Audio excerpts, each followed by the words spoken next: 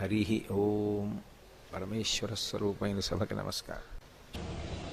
పరమేశ్వరుని యొక్క కారుణ్యమును గూర్చి పూనిక కలిగినటువంటి భక్తుడు కోసం భగవంతుడు ఏ స్థాయిలో తన యొక్క కారుణ్యమును ఆవిష్కరిస్తాడు అన్న విషయాన్ని గూర్చి నిన్నటి రోజున నేను మార్కండేయ చరిత్రగా మీకు ఒక విషయాన్ని ప్రస్తావన చేసి ఉన్నాను. మనకి పరమశివుని యొక్క స్వరూపము అనేక రకములైనటువంటి మూర్తులుగా గోచరిస్తూ ఉంటుంది. 64 మూర్తులున్నాయి. ఒక్క పరమశివుడికే ఆయన యొక్క తత్వమును తెలుసుకోవడానికి వీలుగా ఆయన సాకారుడైనటువంటి మూర్తులు 64 మూర్తులు. ఈ 64 మూర్తుల గురించి శైవాగమాలు మాట్లాడుతూ ఉంటాయి. వీటి గురించి మీరు తెలుసుకుంటే శివతత్వాన్ని గురించినటువంటి ఎరుక బాగా కలుగుతుంది. చాలామంది వెనకాల ఇబ్బంది పడుతున్నారు, అదంతా ఖాళీ కదండి, కొంచెం సర్దుకోండి అయ్యా, ఈ ఖాళీలోకి సర్దుకోండి, పాపం మళ్ళీ వెనక్కి ఇబ్బంది పడుతున్నారు కదా. హరి ఓం. కాబట్టి మనం భగవంతుని యొక్క ఆ స్వరూపములను అర్థం చేసుకునే ప్రయత్నం చెయ్యాలి. మీరు చూడండి, ఎక్కడా లేని విధంగా మనకి ఒకే ఒక భగవంతుని యొక్క స్వరూపమునందు అనేకమైనటువంటి ఆ మూర్తులు గోచరిస్తాయి. సాధారణంగా అలా గోచరించనిది ఎవరికి అంటే ఒక్క చతుర్ముఖ బ్రహ్మగారికి. చతుర్ముఖ బ్రహ్మగారు ఎప్పుడూ అలాగే ఉంటారు. శ్రీ మహావిష్ణువుకి ఎన్నో అవతారములు, ప్రతి అవతారము వెనక కారుణ్యముతో భక్తులను ఆదుకోవడం, లోకరక్షణ చేయడం ప్రధాన హేతువై ఉంటుంది. అలాగే శంకరుడు చేసినా కూడా లోకరక్షణ చేయడమే ప్రధాన హేతువుగా ఉంటుంది. మనం వెళ్ళి కొన్ని మూర్తులు మనకి కనపడుతూ ఉంటాయి.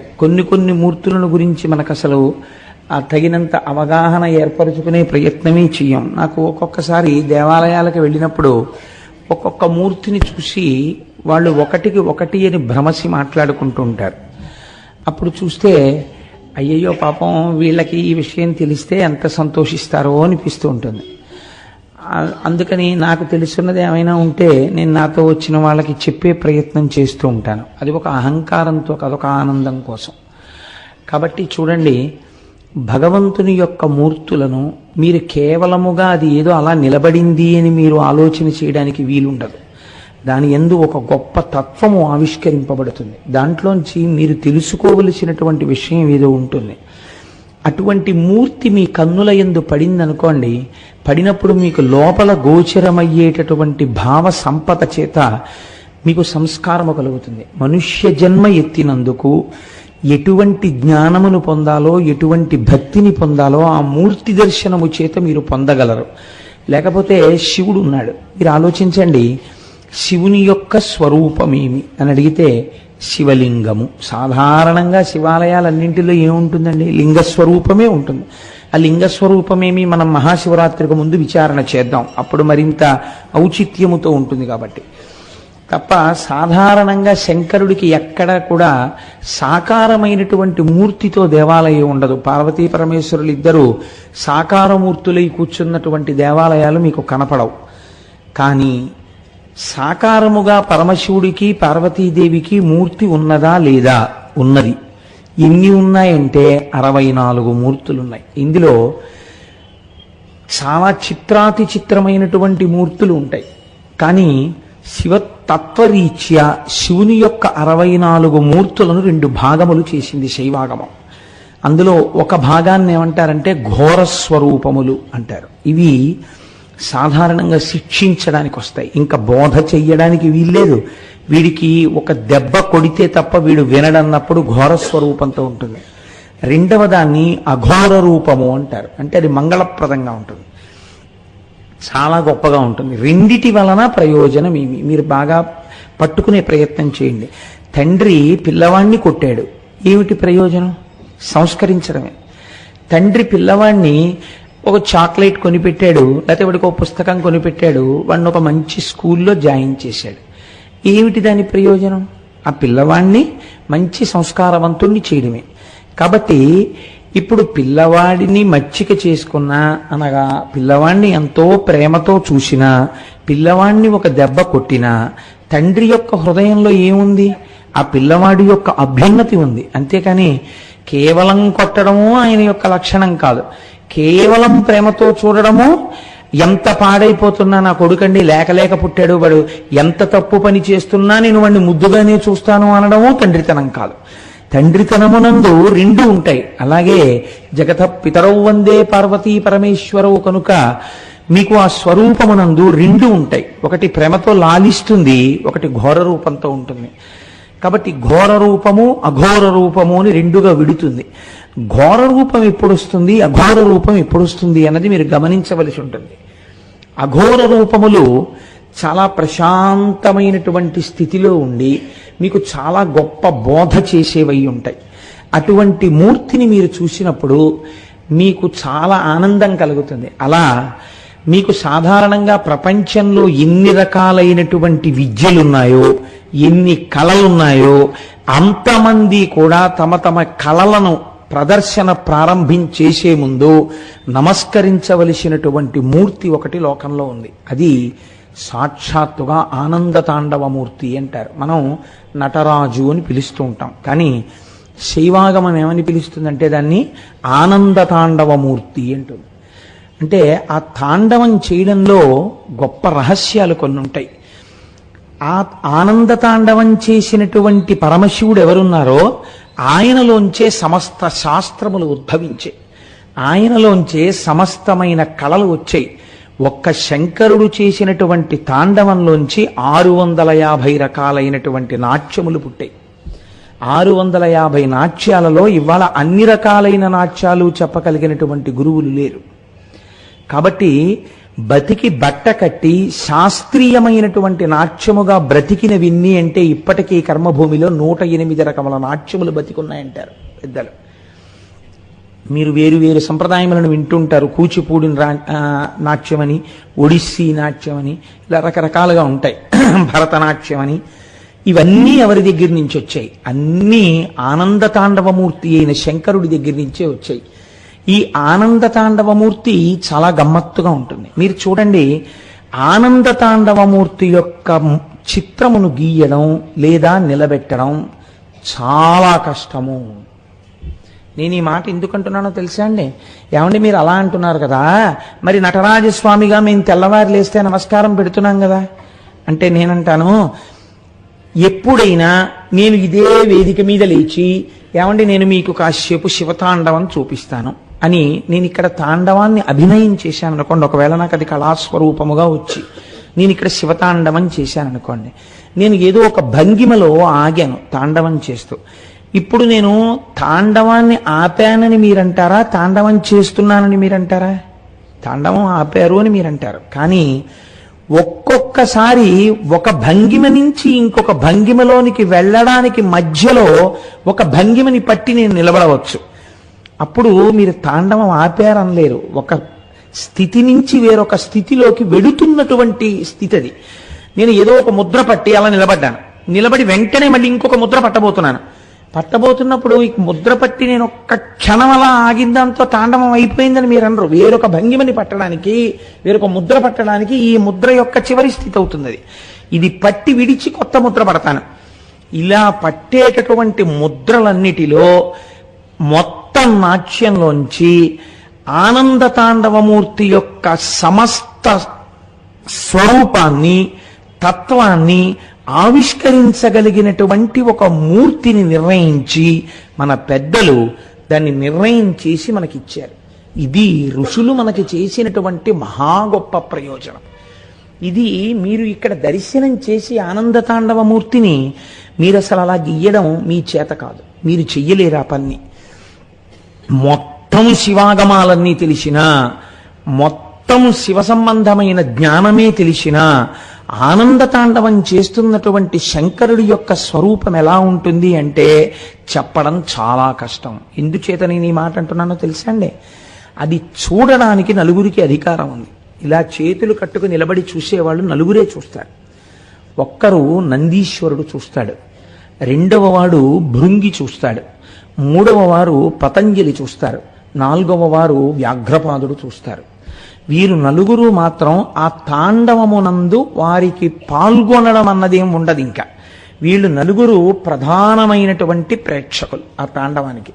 ప్రేక్షకులన్న మాట అనడం కూడా చాలా కష్టం. ఎందుచేతనంటే సాధారణంగా తాండవంలో ఎక్కడైనా నృత్య కార్యక్రమం జరుగుతోంది అని మీరు అన్నారనుకోండి, ఈ నృత్యములకు సంబంధించినటువంటి పాట పాడేవాళ్ళు తెర ముందు ఉండరు, తెరకి ఒక పక్కకుంటారు.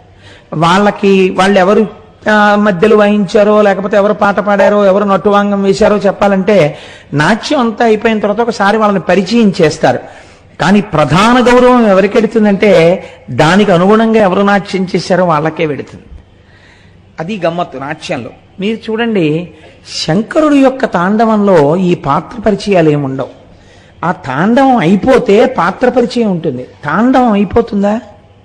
ఇది మీరు చాలా జాగ్రత్తగా గమనించాలి. ఆయన తాండవం అయిపోతే పాత్రల్ని తీసుకొచ్చి పరిచయం చేయొచ్చు. ఆయన తాండవమే అయిపోయింది అనుకోండి, పాత్ర పరిచయం చేయడానికి ఎవరు ఉండరు. ప్రేక్షకులుండరు, శ్రోతలుండరు, సహాయకారులుండరు, ఎవ్వరుండరు. ఆయన ఒక్కడే ఉంటాడు. ఆయన పరిచయం చేసుకోవడం ఉండదు. అప్పుడు ఆయన తనలో తాను రమిస్తూ నిలబడిపోతాడు. ఈ తాండవానికి ఎవరు సాక్షి అన్నారు? మహాప్రళయ సాక్షిణి, మహాతాండవ సాక్షిణి. ఈ తాండవం ఆ స్వరూపంలో ఏమిటో తెలుసా అండి? సమస్త లయకారకమై ఉంటుంది. అప్పుడు ఈ తాండవం ప్రదోష వేళలో జరుగుతూ ఉంటుంది. ప్రదోష వేళ అంటే మీకు నేను చెప్పాను, కాలము స్ఫుటముగా మార్పు చెందినటువంటి సమయము. ప్రదోష వేళలు మనం ఎన్ని చెప్తాం? 2 చెప్తాం సంధ్యలు. ఒకటి పూర్వ సంధ్య, 2 ఉత్తర సంధ్య. పూర్వ సంధ్య అంటే చీకటి పోయి పగలు రావడం, సూర్యోదయం అవ్వడం. ఉత్తర సంధ్య అంటే పగలు వెళ్ళిపోయి చీకటి పడుతూ ఉండడం. ఈ 2 సంధ్యలలోనూ మళ్ళీ ఏది గొప్పది అన్నారు? ఉత్తర సంధ్యే గొప్పది అన్నారు. 2 కారణాల చేత. అజ్ఞానం వచ్చినప్పుడే, జ్ఞానం వచ్చినప్పుడే. ఎందుకో తెలుసా అండి? అన్నీ మీ ప్రమేయం లేకుండా ఒక్కటైపోతాయి. ఏమిటది? చీకటి. ఇంకేం కనపట్టాలా? ఏం కనపడుతోంది? చీకటి ఒకటే కనపడుతోంది. అప్పుడు అది ఈశ్వర స్వరూపంగా చెప్పారు. అన్నీ కనపడ్డం మానేసి ఒక్క శివుడే కనపడినా అది గొప్పే. అందుకే తమిళనాట అమావాస్య గొప్పది తెలుసా అండి? వాళ్ళు అమావాస్యకి ఎక్కువ ప్రాముఖ్యత ఇస్తారు, మనం పౌర్ణమికి ఎక్కువ ప్రాముఖ్యత ఇస్తాం. మనం ఎందుకంటే చాంద్రమానం కాబట్టి. చిత్రం చూడండి, ఈ చీకటి యందు అన్నీ కలిసిపోయి ఏమున్నాయి? ఇప్పుడు ఏం తెలీదు. బాగా చీకటిగా ఉందనుకోండి, ఒక్కసారి అలా చూడు, ఆ రోడ్డు మీద ఎవరైనా వెడుతున్నారేమో, కాస్త అన్నం చాలా మిగిలిపోయింది, ఎవరైనా బిచ్చగాళ్ళు వెడుతుంటే పిలిచి వేద్దామంది తల్లి. ఆ కూతురు కిటికీ తలుపు తీసి చూసి, అమ్మ ఏం కనపట్టలేదు, అంతా చీకటిగా ఉంది. రోడ్డు కనపట్టలేదు, బిచ్చగాడు ఉన్నాడో లేడో తెలియదు, ఏమీ లేదు. ఏం తెలుస్తోంది? చీకటి ఒకటే తెలుస్తోంది. అది ఈశ్వర స్వరూపం. కానీ దాని యొక్క యథార్థ దర్శనము పగలుంటే కన్నా చీకటి ఏమిటో తెలియదు. అసలు పగలు వెడితే కదండి చీకటి వచ్చిందని చెప్పడానికి. కాబట్టి పగలు అమ్మవారు. ఈ అమ్మవారు ఉంటే కానీ ఆయన దొరకడు అసలు. అందుకే వాగర్ధావివ సంపృక్తం వాగర్ధ ప్రతిపత్తయే జగత పితరౌ వందే పార్వతీ పరమేశ్వరవు. ఆవిడ పాదాలు పట్టుకుంటే కానీ ఈయన పాదాలు దొరకవు. ఈయన పాదాలు దొరికినట్టుంటే అది చీకటి, మీకు తిన్నగా దొరికేయడం చాలా కష్టం. కాబట్టి ఇప్పుడు తాండవమూర్తి అన్న శబ్దంలో తాండవం చేస్తుండగా మీకు తీసుకొచ్చి ఎవరైనా ఒక మూర్తిని పెట్టగలరా? అసంభవం, పెట్టలేరు. ఒక భిక్షాటన మూర్తి అని నేను అన్నాను అనుకోండి, మీకు చూపించచ్చు. ఎలా? ఒక కపాలం పట్టుకుని భిక్ష అడుగుతున్న మూర్తి అలా నిలబడితే అది భిక్షాటన మూర్తి, అది కదలక్కర్లేదు. కానీ తాండవమూర్తి అని నేను అన్నాను అనుకోండి, శివుడు తాండవం చేస్తున్నట్టు కదలదేమండి ఇది అంటే? అలా కదలడం కుదరదు. కానీ అన్ని ముద్రలలో ఏ ముద్ర ఆ ఆనంద తాండవమూర్తి యొక్క సమస్తమైనటువంటి తత్వమును ఆవిష్కరించగలదో అటువంటి దాన్ని మీ ముందుకు తీసుకొచ్చి పెట్టేటటువంటి ప్రయత్నాన్ని దార్శనికులైన ఋషులు చేసి సఫలీకృతులయ్యారు. ఆ చెయ్యడంలో రహస్యమేమి. అందుకే మన వాళ్ళు ఏది చేసినా ఏదో అల్లిబిల్లిగా ఉత్తినే పిచ్చి పనుల కింద అర్థం లేకుండా చేయరండి. అనవసరంగా పెన్ను పెట్టి ఇలా గీత గీయడాన్ని మన శాస్త్రం అంగీకరించాల. ఒక ప్రయోజనం ఉండాలి ఏ పని చేసినా. వాళ్ళు ఒక నటరాజస్వామిని తీసుకొచ్చి మీ ముందు నించోబెట్టారు. నటరాజస్వామి అంటే మనం సాధారణంగా నటరాజు అని పిలుస్తూ ఉంటాం. అలా పిలవడం వెనకాతల ఒక రహస్యం ఉంది. మన వాళ్ళు చాలా తేలిగ్గా మాట్లాడతారు. తేలిగ్గా మాట్లాడడం అంటే కష్టమైన విషయం అందనప్పుడు తేలిగ్గా మాట్లాడతారు. తండ్రి అని పిలవలేడు అనుకోండి, అప్పా అంటాడు, లేదా నాన్న అంటాడు. ఏదన్నా ఆయనే, ఎవరి స్థాయిలో వాళ్ళు పిలుస్తారు. ఆయన నాట్యము చేత ఈ లోకమునకు రాజు అయ్యాడు. ఆయన రాసరికము నాట్యము చేత చెప్పబడుచున్నది. ఇది ఎలా కుదురుతుందండి? నాకు చెప్పండి. ఒక ఆయన మహారాజు ఎలా తెలుస్తుంది? ఆయన అధికారాన్ని బట్టి తెలుస్తుంది. ఆయన లోకమునకంతటికీ ప్రభువు, ఇది ఎలా తెలుస్తుందో తెలుసా అండి? ఆయన పాట వినండి అన్నాను అనుకోండి, అదే ఆయన పాట వింటే ఆయన ప్రభు అని ఎలా తెలుస్తుందండి? ఆయన కళాకారుడు తెలుస్తుంది బాగా, అంతేకాని ఆయన బాగా పాట పాడితే ఆయన ప్రభు అని తెలుస్తుందా? ఎలా తెలుస్తుంది? మనకి లోకంలో చిత్రాతి చిత్రమైన రాజులు ఇద్దరే. ఎవరో తెలుసా అండి? ఒక ఆయన ఏమీ చేయకుండా తల కింద అలా చేయి పెట్టుకు పడుకునే ఆయన ఒక ఆయన రంగరాజు. ఆయన సమస్త లోకములకు ప్రభువు, విష్ణు స్వరూపంగా రంగరాజు ఇలా పెట్టుకు పడుకుంటాడు. ఆయనే మహారాజు, చక్కగా అలా పడుకున్నవాడు, యోగ నిద్రలో చూస్తుంటాడన్ని. ఈయనో నటరాజు, ఈయనేం చేస్తుంటాడు? అధికారి ఏం చెయ్యాలి? రాజు అన్నవాడు ఏం చేయాలి? చక్కగా వచ్చి సింహాసనంలో కూర్చోవాలి. అంతేగాని రాజుగారు సభలోకి వస్తున్నారండి, విచారణ చేస్తారంటే రాజుగారు వచ్చేటప్పటికి తద్ధిం అనేటప్పటికి నాట్యం చేస్తూ రాజుగారు వచ్చి ఓ పెద్ద నాట్యం చేసి వెళ్ళిపోయారు అనుకోండి, అదేంటంటే రాజుగారు డాన్స్ కట్టారంటారు కదండి. కానీ మరి ఈయన మీకు ఆనంద తాండవమూర్తిగా ఉంటే మీరు నటరాజు నటరాజు అని ఎలా పిలుస్తున్నారు? నాట్యం చేసిన వాడు రాజు ఎలా అయ్యాడండి? అది ఎలా సమన్వయం అవుతుంది? అసలు మీరు ఎలా పిలుస్తున్నారు నటరాజు అని? మీరు డాన్స్ చేస్తే అక్కడ పెట్టి నటరాజు అంటున్నారు, మీరు పాట పాడితే నటరాజు అంటున్నారు, మీరు ఆరాధన చేస్తే నటరాజు అంటున్నారు, చిదంబరం వెడితే కనక సభలో ఈయన నటరాజు అంటున్నారు. ఏమిటి నటరాజ తత్వం? మీరు ఎప్పుడైనా పరిశీలన చేశారా? నాట్యం చేసేవాడు రాజు ఎందుకు అయ్యాడు అనగా మీకేమర్థం అవ్వాలి? అది మామూలు నాట్యము కాదు. ఆ నాట్యము వెనకాల మీరు తెలుసుకోవలసినది ఏదో ఉంది. అది మీరు తెలుసుకుంటే చిదంబరంలో కనకసభ దగ్గరికి వెళ్ళి అంత పెద్ద ఆనంద తాండవమూర్తిని చూడగానే మీరు ప్రణిపాతం చేసి సాష్టాంగ నమస్కారం చేసేస్తారు. ఈ భావనని మీకు పరిపుష్టం చెయ్యడానికి మన పెద్దలు ఇచ్చారు. అందులో అఘోర స్వరూపముల యందు చాలా గొప్ప స్వరూపాలలో ఆనంద తాండవమూర్తి ఒకటి. దాని గొప్పతనాన్ని మీరు అవధరించే ప్రయత్నం చెయ్యండి. నేను మీతో ఒక మాట విజ్ఞాపన చేశాను. ఉన్నవాళ్లలో నందీశ్వరుడు ఒకడు. ఈయన అయ్యవారికి చాలా గొప్ప భక్తుడు. కానీ ఈయనకున్న గొప్పతనం ఏమిటంటే అమ్మవారిని అంతగానూ గౌరవిస్తాడు. కానీ ఎక్కువగా ఎక్కడ పడుకుంటాడు? అయ్యవారి ఇంటి ముందే పడుకుని ఉంటాడు. గభాలన ఎవరి కాలి గజ్జె చప్పుడు వింటే లేస్తాడు, అయ్యవారి కాలి గజ్జె చప్పుడు వింటే లేస్తాడు. ఈయనది ఇది స్వభావం. ఇంకొకరున్నారు భృంగి. సాధారణంగా విచిత్రం ఏమిటో తెలుసా అండి? లోకంలో ఒక పోకడు ఉంటుంది. ఇంటి ఇల్లాలి దగ్గర గౌరవం తెచ్చుకోనివాడు ఇంటి యజమాని యొక్క మంచితనాన్ని తెచ్చుకోవడం చాలా కష్టం. ఎందుకో తెలుసా అండి? అంటే మీకు అర్థం అవడం కోసం చెప్తున్నాను, నన్ను అన్యథా భావించకండి. మీరు మా ఇంటికి వచ్చి కాలింగ్ బెల్ కొట్టి కోటేశ్వరారు ఉన్నారా అండి అని అడిగారు అనుకోండి, లేరండి బయటికి వెళ్ళారు, మీరెవరు అని అడిగారు అనుకోండి, మీకు అనవసరం, మీకు ఏం చెప్తే తెలుస్తుంది? మాకు కోటేశ్వరారితో పని, ఆయన ఎప్పుడు వస్తారో మీరు చెప్పండి చాలు అన్నారు. నేను వారి భార్యనండి, మీకు ఏం కావాలో చెప్పండి, పోనీ మీ పేరు చెప్పండి, నేను వారు వచ్చినప్పుడు చెప్తాను అందనుకోండి. మీకు అనవసరం అమ్మా అవన్నీ, ఆయన ఎప్పుడు వస్తారో మీరు చెప్పండి చాలు అన్నారు అనుకోండి. నాకు తెలియదండి ఎప్పుడు వస్తాడో, ఆయన వెళ్ళిపోయిన వాడు మళ్ళీ ఆయన ఇష్టం వచ్చినప్పుడు వస్తుంటాడు, మీరు వెళ్ళి రావచ్చని తలిపేసేస్తుంది. తర్వాత ఏం చేస్తుంది? దానికి తెలుసు నేను గుళ్ళోకి వెళ్ళాను, పావుగంటలో వస్తాను, నేను తిరిగి వచ్చాను. ఎవరో ఒక ఆయన వచ్చాడు, వచ్చి మీరెవరండి అని నేను ఎంతో మర్యాదగా అడిగాను. మీకు అనవసరం, మీకేం తెలుసు, మా కోటేశ్వరారితో పని అన్నాడు. మీరు డేట్లు ఇచ్చినా, మీరు కానీ ఆయన్ని కూర్చోపెట్టి కాఫీ పట్రా అన్నా మరి టిఫిన్ మాడిపోతుందండి. కాబట్టి ఏమవుతుంది? కాసేపు ఆగా ఆయన వస్తే, ఇప్పుడు ఎవరొచ్చినా నేను ఎవరి వంక చూస్తాను? ఓసారి ఇలా చూస్తాను, చూస్తే అందనుకోండి ఏది గ్రాంట్ చేయబడదు కదండి. లౌకికంగా మీరు ఆలోచించండి, ఎందుకు గ్రాంట్ చేయబడదు? అదే వచ్చిన అంటే ఉదాహరణకి చెప్పానండో, పాపం దాన్ని ఇలాంటివి చేస్తున్నారంటారా మేడం గారు మీరని దాన్ని అడక్కండి. మీరు సభలో ఉంది కూడా లేనిపోని ఇబ్బంది నాకు. కాబట్టి మీరు అదే సత్యనారాయణ అసలు ఒప్పుకోడు, భృంగి సత్యనారాయణ నాకు. కాబట్టి అదే అమ్మ మీకు తెలిసి ఉంటుంది, ఒక పని చేయండి తల్లి, కోటేశ్వరరావు గారికి చెప్పినా మీకు చెప్పినా అభేదం మా దృష్టిలో, మీకు చెప్పింది వారికి చెప్పినట్టే. తల్లి ఒక చిన్న అవసరం మీద వచ్చాం, ఏదో ఉత్సవం చేస్తున్నాం, వాడికి ఏం చేతకపోయినా 4 మాటలు ధైర్యంగా మాట్లాడతాడని విన్నాం, కాబట్టి అలా అంటే మళ్ళీ విందగా అందుకని వారు ఏదో మాట్లాడతారు. కాబట్టి మీరు వారు ఒక్క గంట ఉపన్యాసానికి వచ్చేటట్టుగా మీరు ఏర్పాటు చేయాలమ్మా.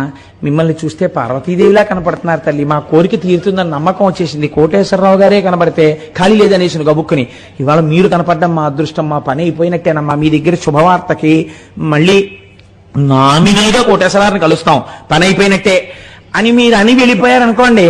ఏమండి పాపం ఆయన ఎవరో వచ్చారు, ఎక్కడో చూద్దురు ఒక్క అరగంట అండి. ఏమైంది? అమ్మవారి దగ్గర గెలుచుకున్నటువంటి ఆ స్థితి అయ్యవారిని తొందరగా మీకు ఆనుకూల్యం జరిగేటట్టు చేస్తుంది. అమ్మవారి దగ్గర చెడ్డ పేరు తెచ్చుకుని అయ్యగారి మనసు గెలుచుకోవడం చాలా కష్టం. కానీ పార్వతీ పరమేశ్వరుల కుటుంబం దీనికి భిన్నంగా ఉంటుంది. మీరు ఆలోచించండి ఎప్పుడైనా. అసలు ఆ శివతత్వమే గమ్మత్తండి. ఈయన ఇద్దరిని ఎక్కించుకుంటాడు నందీశ్వరుడు, కానీ ఎప్పుడు ఎక్కడ కూర్చుంటాడంటే శివలింగానికి ఎదురుగుండా కూర్చుంటాడు ఇలా శివుణ్ణి చూస్తూ. ఎవరికి నువ్వు వాహనుడవు అన్నారనుకోండి, నేను శివవాహన అన్నంటాడు. అంతగా మీరు రెట్టించారనుకోండి, అబ్బాయి ఇద్దరికి భేదమే ఉందంటాడు. అక్కడ వరకు మంచిదే. ఇంకా రెండో ఆయన ఒక ఆయన ఉన్నాడు, ఈ ఆనంద తాండవం చూసేటటువంటి స్థాయి పొందిన వాళ్ళు. రెండో ఆయన భృంగి. ఈయన చాలా విచిత్రమైన వ్యక్తి. అసలు ఆయనకి ఆ పేరెందుకు వచ్చింది? ఆయన శంకరుడి దగ్గర ఉపాసన చేసి అన్నాడు, నేను నీకొక్కడికే నమస్కారం పెడతాను, నేను ఇప్పుడు అమ్మవారికి నమస్కారం పెట్టను. ఇది నాకున్నటువంటి లక్షణం. నాకు ఆ ఆడవాళ్ళంటే ఇష్టం ఉండదు, నీ పెట్టని ఆడవాళ్ళకి దండం అన్నాడు. అంటే శంకరుడు అన్నాడు, అలా అంటే ఏమనాలండి? ఏమిటో లేనిపోని గొడవలు పెట్టేటట్టున్నావు, ఆ పిచ్చేమిటి, రెండూ కలిసే ఉంటాయి అనాలి. ఆయన అన్నాడు, ఆయన భోళా శంకరుడు, పోన్లే చాలా సంతోషం, నాకు దండం పెట్టాలనుకుంటున్నావు కదా పెట్టుకో అన్నాడు. అమ్మవారికి కోపం వచ్చింది. ఏమిటండి మీరు ఆ వరం ఇవ్వడం? మీకు ఒక్కడికి దండం పెడతాడా, నాకు పెట్టడా, ఎలా పెడతాడో చూస్తానంది. ఏం చేస్తావన్నాడు. కూర్చోండి వెళ్ళి చేస్తాను, ఏం చేస్తాను అంది. వెళ్ళి కూర్చున్నాడు శంకరుడు. నాకు వరం ఉంది కదా అని ఆవిడ అర్ధనారీశ్వర తత్వంలో సగానికి వచ్చేసింది. ఇప్పుడు ప్రదక్షిణం చేసి నమస్కారం పెట్టి చూస్తాను. వామార్ధ భాగం నాది, కుడిపక్క ఆయింది, ఎలా ప్రదక్షిణ చేస్తావు చెయ్యంది. భృంగి చూశాడు.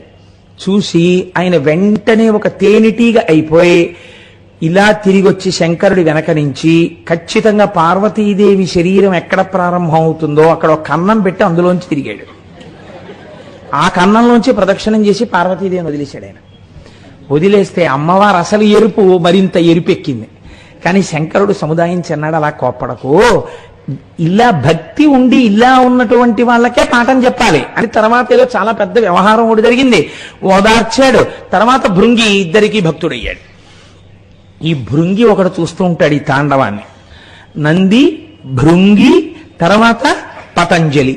పతంజలి ఆదిశేషుని యొక్క అవతారం. నేను ఎక్కడో ఈ ఉపన్యాసాల్లోనే ప్రస్తావన చేసినట్టు గుర్తు.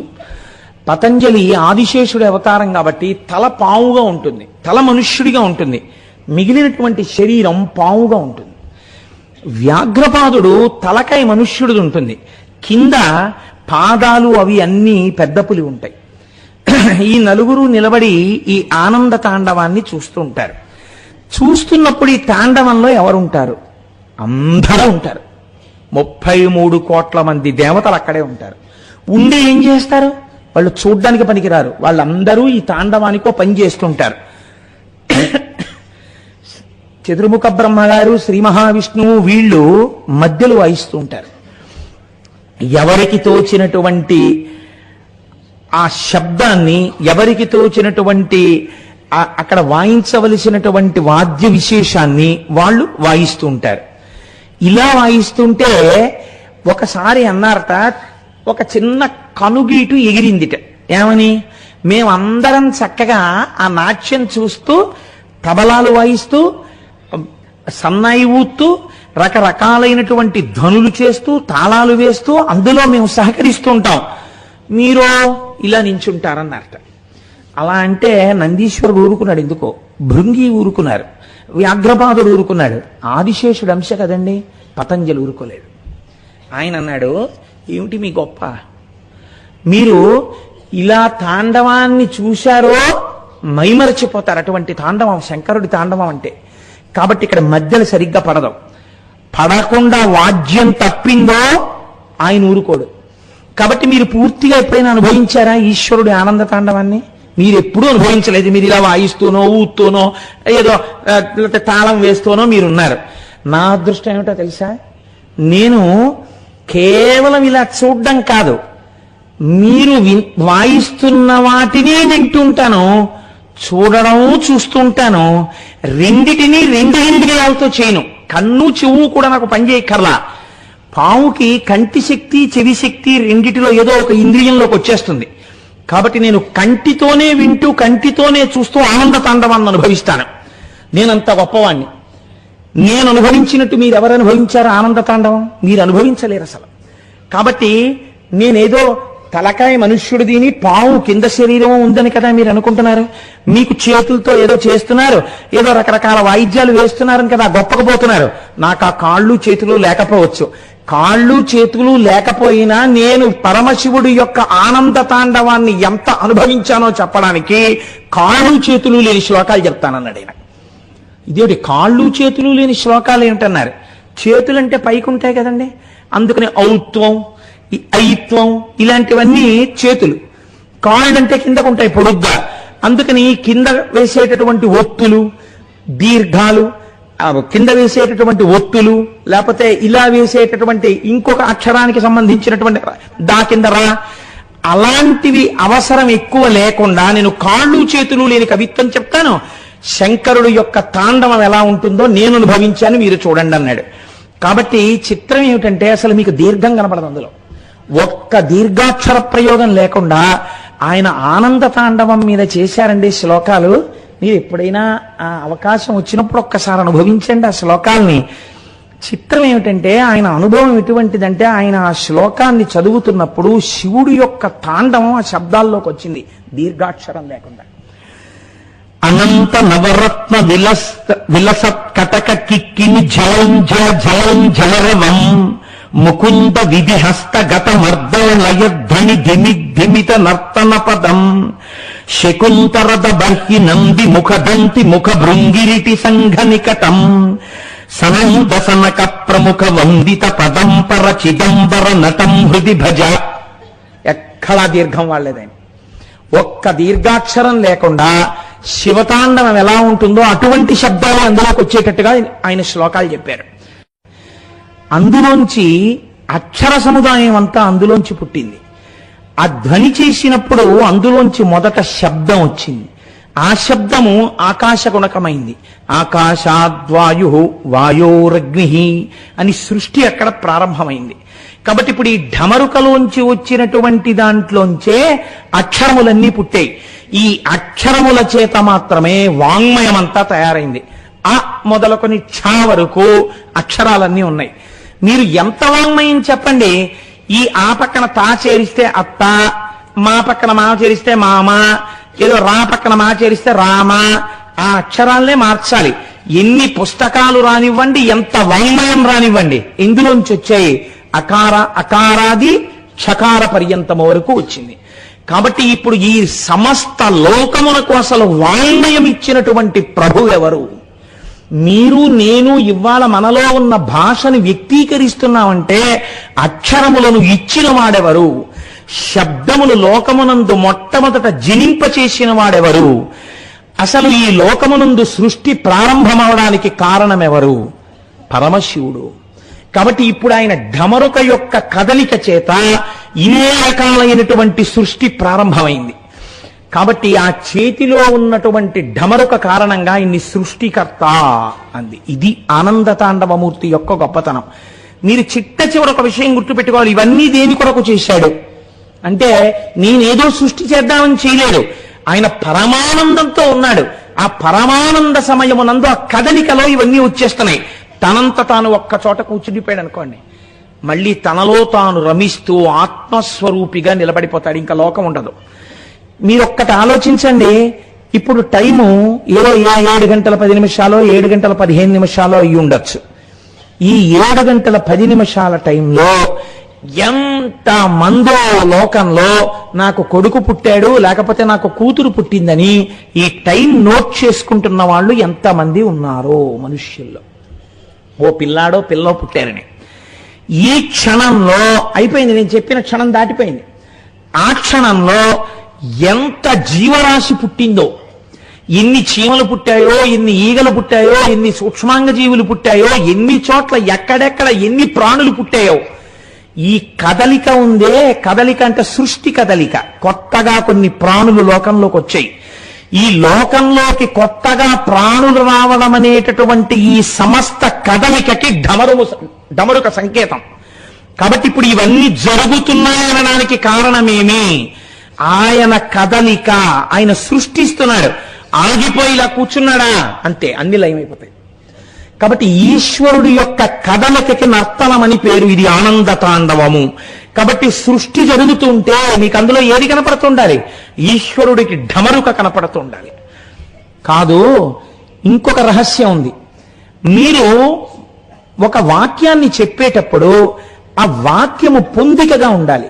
పొందికగా లేని వాక్యం మాట్లాడారనుకోండి, ఈ క్షణమునందు ఈ లోకములో ఎంతో సృష్టి జరిగినది అని నేను చెప్పబోయి సృష్టి జరిగినటువంటి ఈ సమయమునందు లోకము అన్నాను అనుకోండి, మీకు ఇప్పుడు ఏమైనా అర్థమైందని చెప్పింది? అర్థం అవదు. వాక్యమునందు అవే మాటలు ఉండొచ్చు.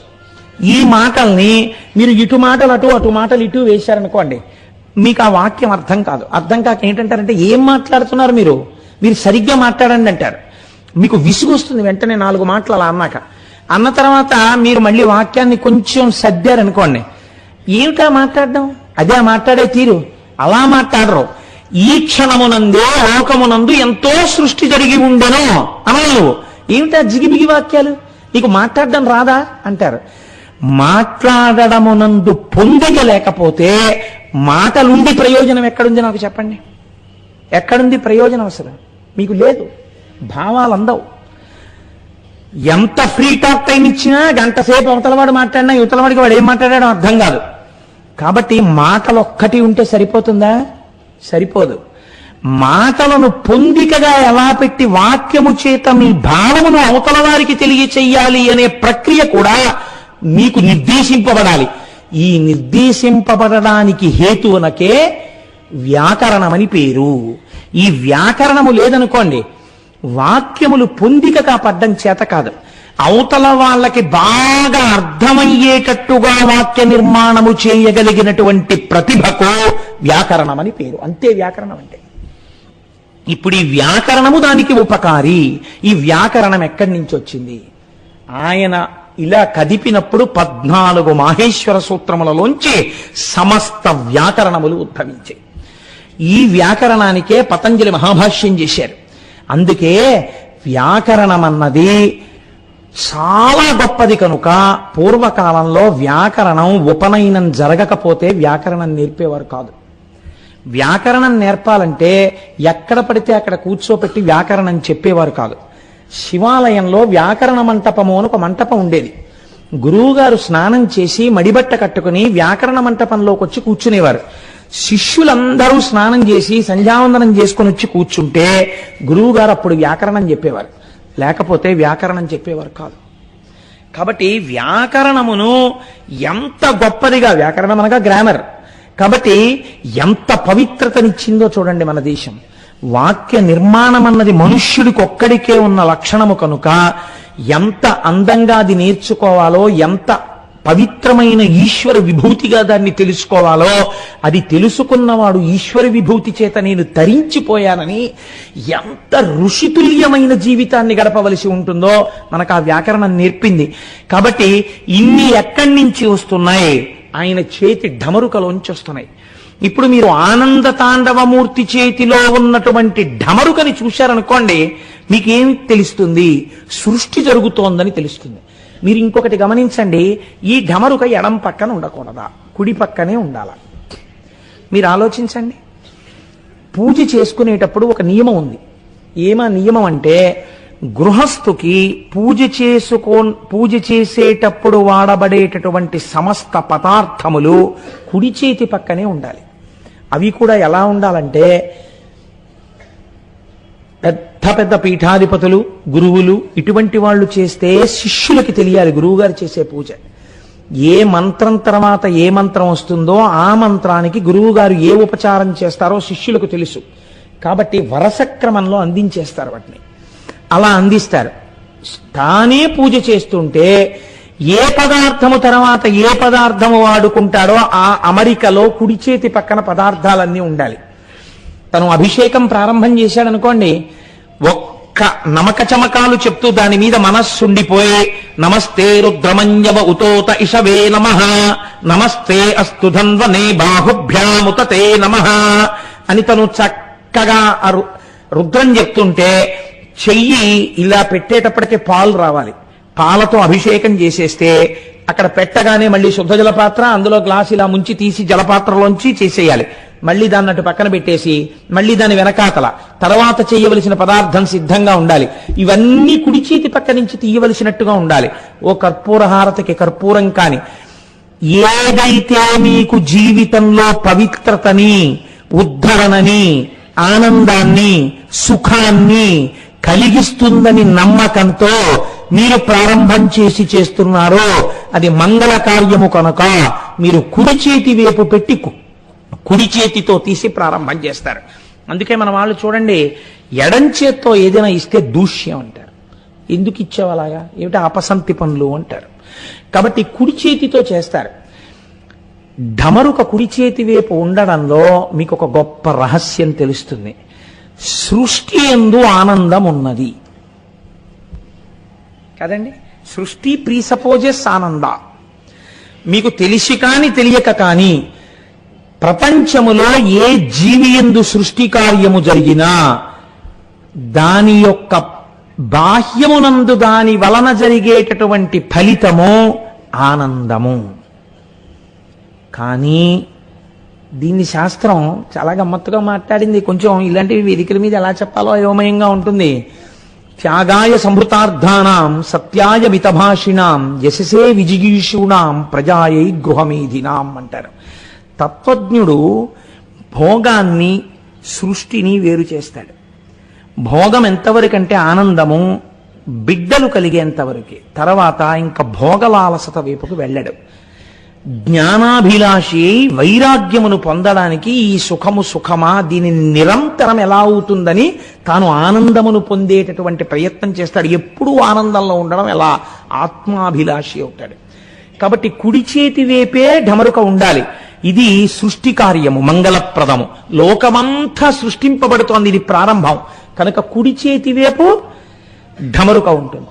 ఒక్క ఆనంద తాండవమూర్తిని చూస్తే మీకు ఎన్ని రహస్యాలు గోచరిస్తాయి చూడండి. ఇప్పుడు ఎడం చేతి వైపు ఏముంది, అగ్నిహోత్రం ఉంది. ఈ అగ్నిహోత్రం దేనికి గుర్తు? మీకు మొన్నటి రోజున నేను భస్మ గురించి చెప్పాను. అన్ని వస్తువులు చివరికి ఏమైపోతాయి, భస్మయే అయిపోతాయి. భస్మ ఏమవుతుంది, ఇంకేమవదు. కాబట్టి ఇవాళ ఇక్కడ పుట్టింది, ఇది చివరికి ఏమవుతుంది, భస్మయే అవుతుంది. కాలముల్లో వచ్చింది, డేట్ ఆఫ్ బర్త్ ఉంది, కాబట్టి ఇదేమవుతుంది, ఒకనాడు భస్మ అయిపోతుంది, బూడిదైపోతుంది. ఒక చెట్టు పుట్టింది ఏమైపోతుంది, భస్మ అయిపోతుంది. ఒక జంతువు పుట్టింది ఏమైపోతుంది, భస్మ అయిపోతుంది. ఒక మనిషి పుట్టాడు ఏమైపోతాడు, భస్మ అయిపోతాడు. ఇది లోపల బాగా నిలబడింది అనుకోండి, తప్పు పనులు చేయడానికి ఇష్టపడ్డాడు. ఎందుకు, ఏం చేస్తావు, ఆఖరికి నువ్వు అయిపోయేది ఇంత బూడిద. దీనికోసం ఎందుకంత వెంపర్లాట? నువ్వు పట్టుకెళ్ళడానికి వేరే జీవుడు పట్టుకెళ్ళవలసిన పాపపుణ్యాలున్నాయి. చేసిన కర్తృత్వము దాంట్లో పడిపోతుంది. ఎందుకు అనవసరంగా అవన్నీ, వాటి జోలికి వెళ్ళకంటాడు. మాట మారిపోతుంది, ప్రవర్తన మారిపోతుంది, చేసే కర్మ మారిపోతుంది. ఎప్పుడు మారిపోతుంది? ఏది కాలములో వచ్చినదో అది కాలమునందు ఉండదో అని మీకు అర్థమైపోతే మీ నడువడి యందు మార్పు వచ్చేస్తుంది. ఇది ఎప్పుడూ ఉండిపోతుంది అనుకున్నాడు అనుకోండి, ఏదైనా చెయ్యొచ్చు. ఎందుకు చెయ్యొచ్చు, ఇది ఉంటుంది, దీన్ని ఎవడేం చేస్తాడు అని. కానీ ఇది వికారములు పొందుతోంది. బాల్యాదిశ్యపి జాగ్రదాదిషు తథా సర్వాస్వవస్థాస్యపి వ్యావృత్తాస్వనువర్తమానమహమిత్యంతఃస్ఫురంతం సదా అంటారు శంకరాచార్యులు వారు దక్షిణామూర్తి స్తోత్రంలో. అవస్థల రూపంలో ఇది మారిపోతోంది. పుట్టినప్పుడు ఇంతుంది మా అమ్మ ఒళ్ళో, ఇది మిలిమిల్లిగా పాకింది, ఇది నిలబడింది. మా అమ్మ ఇలా చెయ్యిస్తే మా అమ్మ చిటికిన వేలు పట్టుకుని నడిచింది, మా నాన్నగారి చిటికిన వేలు పట్టుకుని నడిచింది. ఆ తరువాత మా నాన్నగారు ఇలా ఎత్తుకుంటే, అంత పొడుగ్గా ఉన్న నాన్నగారు ఎత్తుకుంటే ఏరియల్ వ్యూలో చూసినట్టు లోకాన్ని చూస్తూ సంతోషించేది. ఆ తర్వాత ఇదే నడవడం మొదలుపెట్టింది, ఆ తర్వాత ఇది దినదిన ప్రవర్ధమానమైంది. ఇప్పుడు ఇదే దాని బిడ్డల్ని ఎత్తుకుంటోంది.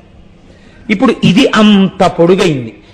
కొన్నాళ్లు పోయిన తర్వాత ఇది తరిగిపోతుంది, ఇది జర్జరీభూతం అయిపోతుంది, ఇది ముడతలు పడిపోతుంది, ఇది ఇంత ధాటిగా మాట్లాడలేదు, ఇది క్రమక్రమంగా క్షీణించిపోయి ఇది నేను తినలేను అంటుంది, దంతపుష్టి లేదు అంటుంది, అని ఇది నాకు జీర్ణం అవ్వట్లేదు అంటుంది. కొన్నాళ్ళకి ఇది లేని స్థితి వచ్చేస్తుంది.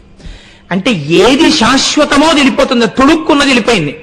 తొడగబడినది చివరి స్థితికి బూదిగా మారిపోయింది. ఎవరు దీనికి నమస్కరించారో వారందరూ వచ్చి నమస్కారం చేసి దీన్ని తీసుకెళ్లి గౌరవంగా బూది చేసేస్తారు. కాబట్టి చిట్ట చివరికి ఏమవుతోంది? ఇదంతా బూది అయిపోతోంది.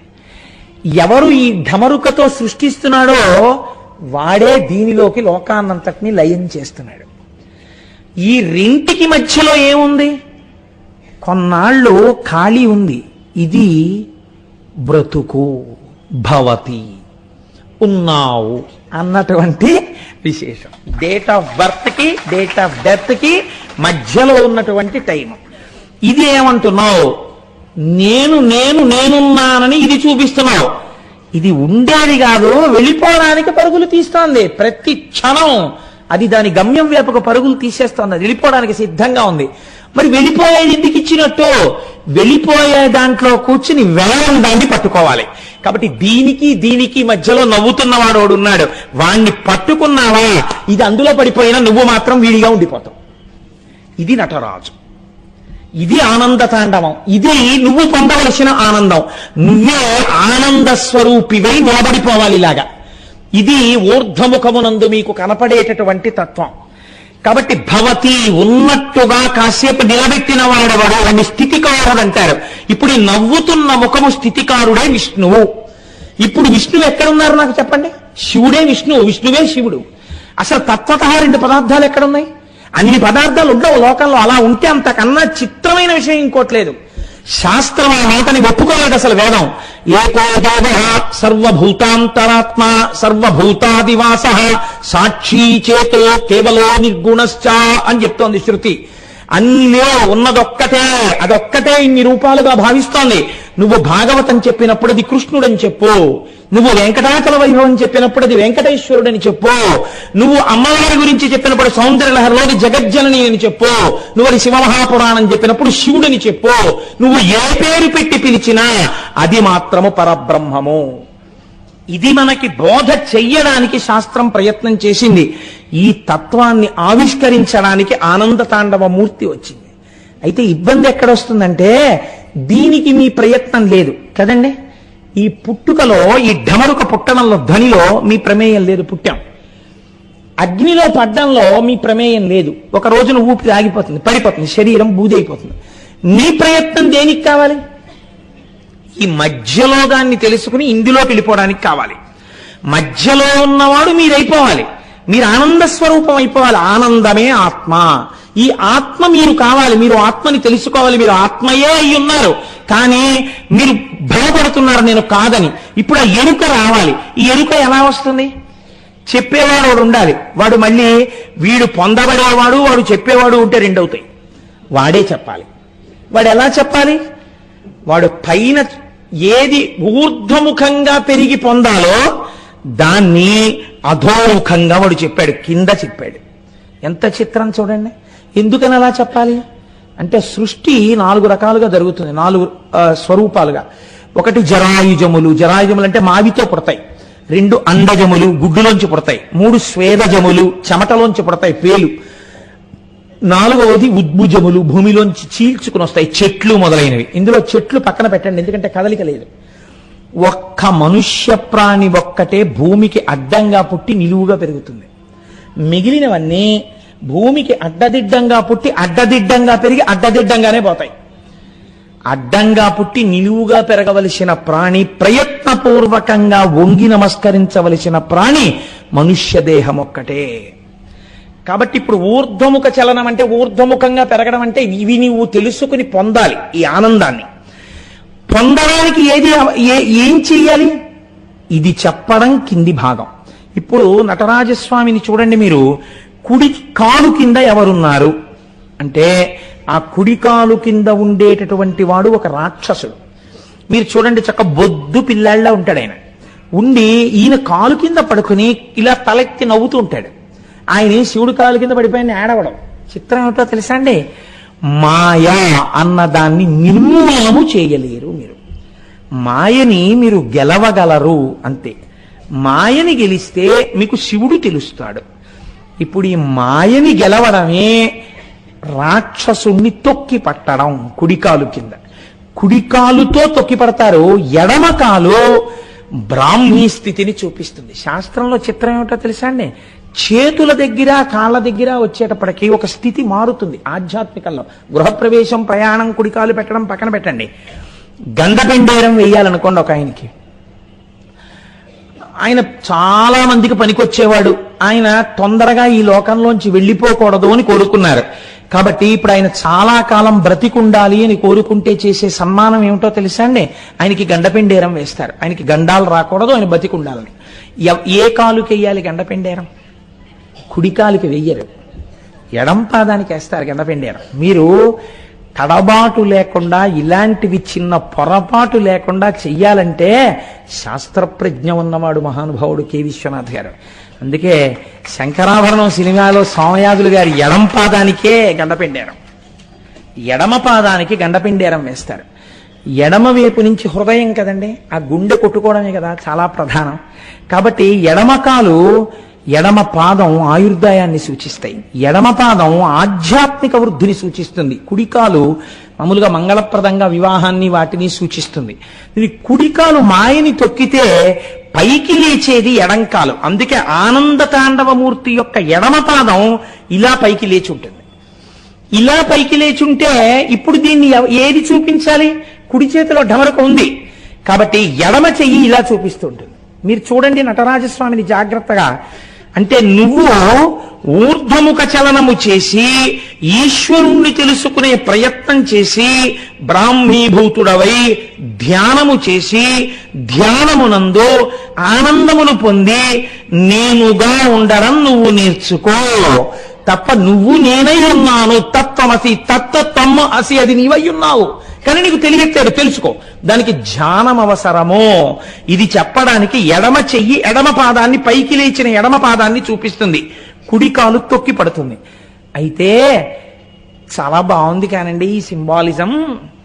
అంత తేలిగ్గా అలా ఎడం పాదం, ఏదో ఎడం చెయ్యి, కుడికాలు, ఇక్కడ మా గొడవ ఏం లేదనుకోండి, జరిగిపోతాయి. ఇక్కడే వచ్చింది గొడవంతా. ఇదంత తేలిగ్గా మాకు బుర్రకు అందుతుందా? ఆయన అన్నాడు, అలా బెంగ పెట్టుకోకు. ఇదిగో ఇంకో చెయ్యిలా అభయముద్ర పట్టింది కుడివైపు. మంగళం కదండి మరి, అందుకని కుడి చేత్తోనే పట్టాలి మంగళం. అందుకని ఇలా అభయముద్ర పట్టాడు. అంటే ఏమిటి? ఇదంతా నే చేస్తానని మళ్ళీ మొదలెట్టకు. వాడు ఉన్నాడు, వాడు నన్ను ఎందుకు రక్షించాడు, నేను మొదలు పెడితేనే మొదలెట్టు, నిన్ను ఎలా ఎత్తాలో నేను అలా ఎత్తుతాను. ఇప్పుడు అందుకని అలాంటి ప్రతిజ్ఞ చేశాడు కాబట్టి ఆయనకి పేరేమొచ్చిందో తెలుసా అండి? ఆయనకి హరా అని పిలిచారు. అలాంటి స్థితిలో ఉంటాడు కాబట్టి. హరా అని ఎందుకు పిలవాలి అంటే, హరా అంటే హరించువాడు. దేన్ని హరించేస్తాడు? చాలా మంది తెలిసి తెలియని మాటలు, అర్థం పర్థం లేని మాటలు చెప్తుంటారు. హరా అంటే మిమ్మల్ని హరించేస్తాడు, అందుకని శివుడి జోలికి వెళ్ళకూడదని. అదే పని అండి. అలా అయితే అసలు ఇన్ని శివాలయాలు ఎందుకు కడతారండి నాకు తెలియక అడుగుతాను. అంత గొప్పవాడే కృష్ణదేవరాయల వారు శ్రీశైలానికి గోపురం ఎందుకు కడతారు? అసలు ఇన్ని శివాలయాలు ఉంచమని ఎందుకు చెప్తారు ఋషులు? ఎందుకు శివమహాపురాణం వచ్చింది? ఎందుకు రుద్రాధ్యాయం వచ్చింది వేదంలో? కాబట్టి మనం తెలిసి తెలియని మాటలు లోకంలో ప్రచారం చేయకూడదు. అది దోషభూయిష్టం అయిపోతుంది. తెలియని వాళ్ళు ఏమనుకుంటారంటే పాపం అది నిజం అనుకుంటారు. హర అన్న శబ్దము చేత పాపము హరింపబడుతుంది. పాపం అంటే ఏమిటండి? మీరు ఈశ్వరుణ్ణి చేరకుండా అడ్డుగా వచ్చేటటువంటి ప్రతిబంధకమునకు పాపమని పేరు. ఉపన్యాసం విందాం, ఏదో తెలుసుకుందామన్నది చాలా మంచి ప్రయత్నమే. కానీ తీరా వచ్చేటప్పటికి ఆనుకోవడానికి ఒక స్తంభం దొరకడం, అక్కడి నుంచి నిద్ర రావడమే పాపం. కాబట్టి ఇప్పుడు ఏమవుతుంది? చక్కగా స్తంభానికి ఆనుకుని నిద్ర వస్తుంది. నిద్ర వస్తే ఎందుకు వచ్చినట్టు ఉపన్యాసానికి? పాపము ప్రతిబంధకమగుట. ఈ ప్రతిబంధకము తొలగాలి. ఈ ప్రతిబంధకము తొలగాలంటే ఎలా తొలగాలి? ఈశ్వరానుగ్రహం చేతనే తొలగాలి. ఈశ్వరానుగ్రహంతో పాపం తొలగడం అంటే ఏమిటో తెలుసా అండి? మీరు తొలగించుకుని ఈశ్వరుడి వైపుకి వెళ్ళలేకపోతున్నారు కాబట్టి మీరు ఆయన పాదాలు గట్టిగా పట్టుకుని అన్యథా శరణం నాస్తిత్వమేవ శరణం మమ శరణం తరుణేందుశేఖర శరణం మే గిరిరాజ కన్యక శరణం పునరేవతా ఉభౌ శరణం నాణ్యదుపైమి దైవతం. ఈశ్వరా నిన్నే శరణు పొంది ఉన్నాను, నన్ను ఉద్ధరించు అని మీరు పూనికతో ఆయన పాదాలు పట్టుకుని ఒక నామం చెప్పండి, ఒక పువ్వు వేయండి. అందుకే ప్రపంచంలో అన్నింటికన్నా పనికి మాలినవేవో శివుడు అడుగుతాడు. ఎందుకు అడుగుతాడో తెలుసా అండి? ఉదారుడై ఉండాలండి ప్రపంచంలో. మీరు చూడండి, మీకు అన్ని రకాలుగాను అభ్యున్నతిని కలిగించేటటువంటివి ఏవి ప్రపంచంలో? లోకంలో అంత పూజనీయమైన వస్తువు అంటూ ఉంటే ఆవు పాలే. తల్లికి పాలు లేవనుకోండి, ఆవు పాలు పట్టాలి శిశువుకి. మీకు గ్రహదోషం వచ్చిందనుకోండి, ఆవు పాలతో అభిషేకం చేయాలి. మీరు ఆదివారం నాడు సూర్యుడికి పరవన్నం వండాలనుకోండి, ఆవు పాలతో వండాలి. మీకు ఈ పాలనిచ్చేటటువంటి ఆవు యొక్క గొప్పతనం చూడండి. మీరు నాకు నెలకి 10,000 రూపాయలతో 10,000 రూపాయల సామాగ్రి పెడితే తప్ప నేను చెంబుడు పాలివ్వనని ఆవు ఉందనుకోండి, అసలు ఆవు అన్నదే ఉండదు ఈ లోకంలో. కానీ మీ ఎవ్వరికీ అక్కర్లేని గడ్డి తాను తిని మీకు పాలిచ్చేస్తుంది. ఇవ్వడంలో కూడా చిత్రం చూడండి. మీరేం చెయ్యాలి పాలు పొందడానికి? మీరేం చెయ్యక్కర్లా, దూడను వదిలితే చాలు. దూడ ఇలా వెళ్ళి ఆ శిరములను పట్టుకుని చప్పరించేటప్పటికీ పాలు వదులుతుంది. తిన్న ఆహారాన్ని వెనక్కి తీస్తుంది ఆవు. దానికి ఆ శక్తి ఉంది. జీర్ణం చేసేటప్పుడు గబగబా తినేసి ఉండలు ఉండలుగా మళ్ళీ వెనక్కి తెచ్చుకుని మళ్ళీ అలా తాదాత్మ్యంతో నవ్వులుతుంది. నవిలి నురగలు వస్తుంటాయి పక్క నుంచి. అప్పుడు మళ్ళీ మింగి, నిజంగా చాలా చిత్రంగా ఉంటుందండి. ఎక్కడైనా చెట్టు కింద ఆవు కనపడితే చక్కగా అలా చూస్తుండేవాడిని నేను పూర్వం. ఎందుకంటే అది నెమర వేసుకుంటున్నప్పుడు చూస్తుంటే నిజంగా బా ఏమి ధ్యానముద్రలో ఉందిరా ఇది అనిపిస్తుంది. నేను కోటేశ్వరరావు చెప్పారని కాదు, మీరు చూడండి, ఒక ఉండల అది మింగింది ఇలా కంఠంలోంచి కడుపులోకి వెళ్ళిపోతుంది. ఒక్క క్షణం వ్యవధిస్తుంది, అలా నిలబడుతుంది నోరు మూసుకుని, అంతే అంటుంది. ఈ కడుపులోంచి ఇంకొక ఉండ మీకు కనపడుతుంటుంది. కనపడుతుండగా ఒక ఉండ ఇలా ముందుకొచ్చి కంఠంలోంచి నోట్లోకి వస్తుంది. ఇప్పుడు మళ్ళీ నోరు తెరిచి గడ్డిగా ఉండ మీకు కనపడుతుంది. దాన్ని మళ్ళీ బాగా నవ్వులుతుంది. నవిలి మళ్ళీ మింగుతుంది. ఈ మింగబడినది బాగా నవలవలసినది కలవ వావులో. ఏం ఆశ్చర్యం అండి! మీరు మళ్ళీ కట్టేస్తారేమో అని దొరికింది గబగబా తినేస్తుంది. తర్వాత మీరు కట్టేసినా మీకోసం సాయంకాలానికి అటువంటి పాలు సిద్ధం చేస్తుంది.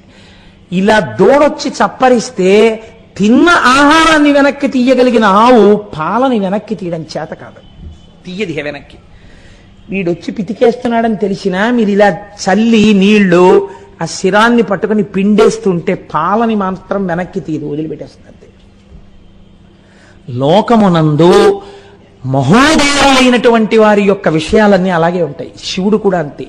అందుకే 2 చాలా ఆయనకి, ఎవ్వరికీ పనికిరానివి. ఒక జిల్లేడు పువ్వు, ఒక తుమ్మి పువ్వు, ఈ 2 ఆయనకి చాలు. తుమ్మి పూలు ఎవరు దండలు కట్టుకుని తలలో పెట్టుకోరు, తుమ్మి పూలు ఎవరు అంత ఓపిగ్గా కోయరు. కానీ ఆ తుమ్మి పూలు తీసుకొచ్చి ఇలా వేస్తే చాలు, పొంగిపోతాడు. జిల్లేడు సాధారణంగా పాడుపోయిపోయిన ఇళ్లలో ఉంటుంది, అందులోకి అసలు ఎవరు వెళ్ళరు. కాబట్టి మీరు జిల్లేడు పూలు కోసుకున్నారంటే అదేంటంటే పూలన్నీ కోస్తున్నారు అని ఎవరు అడగరు. ఆ జిల్లేడు పువ్వు ఈ 2 వేస్తే చాలు, పొంగిపోతాడు ఆయన.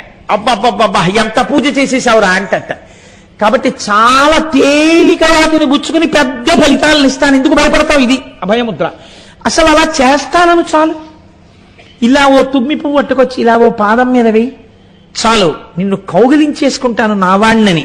ఇది హర, నీ పాపాన్ని హరిస్తాను. హరించడంలో ఒక చిత్రం ఉంది. ఈ హరించినప్పుడు క్రమంగా పెరుగుతాడు ఉపాసకుడు. పెరిగి శివ అంటే మంగళాన్ని చేరుతాడు. నేను ఈశ్వర నీవాడను కావాలి అంటాడు. ఇప్పుడు ఈ స్థితి ఎలా ఉంటుందో తెలుసా అండి? తన వారి మధ్యలోనే ఉంటాడు, తన భార్యతో ఉంటాడు, తన పిల్లలతో ఉంటాడు, అందరూ తన వాళ్ళతో ఉంటాడు. కానీ తన వాడు ఎవడు అని అడిగితే లోపల మాత్రం నా శివుడు అంటూ ఉంటాడు. పైకి అండి అస్తమానం. అలా అంటే ఇంట్లో గొడవలు వస్తాయి. అలా పైకి అనక్కర్లేదు, నేను చేరవలసినది శివుడనే అంటుంటాడు. ఇప్పుడు ఇలా అంటుంటే ఏమవుతుంది?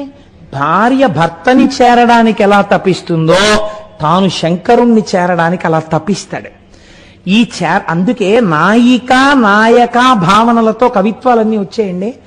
రమణ భగవానులంతటి వారు అరుణాచల అక్షర మణిమాల అని చెప్పి రచన చేసి అరుణాచలేశ్వరుణ్ణి పెళ్లి కొడుగ్గా తన్ని పెళ్లి కూతురుగా సంభావన చేసుకున్నారు. ఎందుకు చేస్తారో తెలుసా? అలాగే వైష్ణవ సంప్రదాయం నందు ఆళ్వారులు అని అంటారు. ఆళ్వారులు అంటే ఏమిటో తెలుసా అండి మీకు? సమస్త శుభలక్షణములు కలిగినటువంటి స్త్రీ ఒక అర్థంలో. అందుకే మీరు పూర్వ రాజశాసనాలు చూస్తే ఫలానా ఆళ్వారిని రాజు పెళ్ళాడని ఉంటుంది. అంటే వాళ్ళు సమస్తమైనటువంటి శుభలక్షణములంటే గొప్ప పవిత్రమైన భక్తిభావమును కలిగినటువంటి వారు, ఈశ్వరుడి చేత పొందడానికి యోగ్యమైనటువంటి వారు. అలాగే మీరు ఈశ్వరుణ్ణే పొందాలనుకున్నప్పుడు భార్య భర్తని చేరినట్టు తాను ఈశ్వరుణ్ణి చేరాలని ఒక్కడే పురుషుడున్నాడు. పతిం విశ్వస్యాత్మేశ్వరగం శాశ్వతగం శివం అచ్యుతం అంటాడు. ఆ శివుడొక్కడే పురుషుడు, వాణ్ణి మేము చేరాలంటారు. ఇప్పుడు స్త్రీ పురుష భావన ఉందా? అందరూ స్త్రీలే, అందరూ ఆయన్ని చేరాలనుకుంటారు. చిత్రం ఏమిటో తెలుసా అండి? ఈ పొందిన స్థితి మీకు గమ్మత్తుగా ఉంటుంది. ఒకానొకప్పుడు బృందావనంలో మహానుభావుడు వల్లభాచార్యుల వారిని చాలా గొప్పవారు. వారు బృందావనానికి విజయం చేశారు. విజయం చేసి అక్కడ స్తోత్రాలు, భజనలు, పాటలు, శిష్యులు చాలా అందంగా గడుపుతున్నారు. అదే బృందావనానికి మీరాబాయి వెళ్ళింది. వెళ్ళి ఆవిడ కూడా మహాభక్తి తత్పరురాలు. మీరాబాయి కబురు చేసింది వల్లభాచార్యుల వారికి, అయ్యా ఒక్కసారి మీ దర్శనం చెయ్యాలనుకుంటున్నాను అంటే ఆయన అన్నారు, మేము స్త్రీలని చూడం కాబట్టి మీకు దర్శనం ఇవ్వడం కుదరదు అని కబురు చేశారు.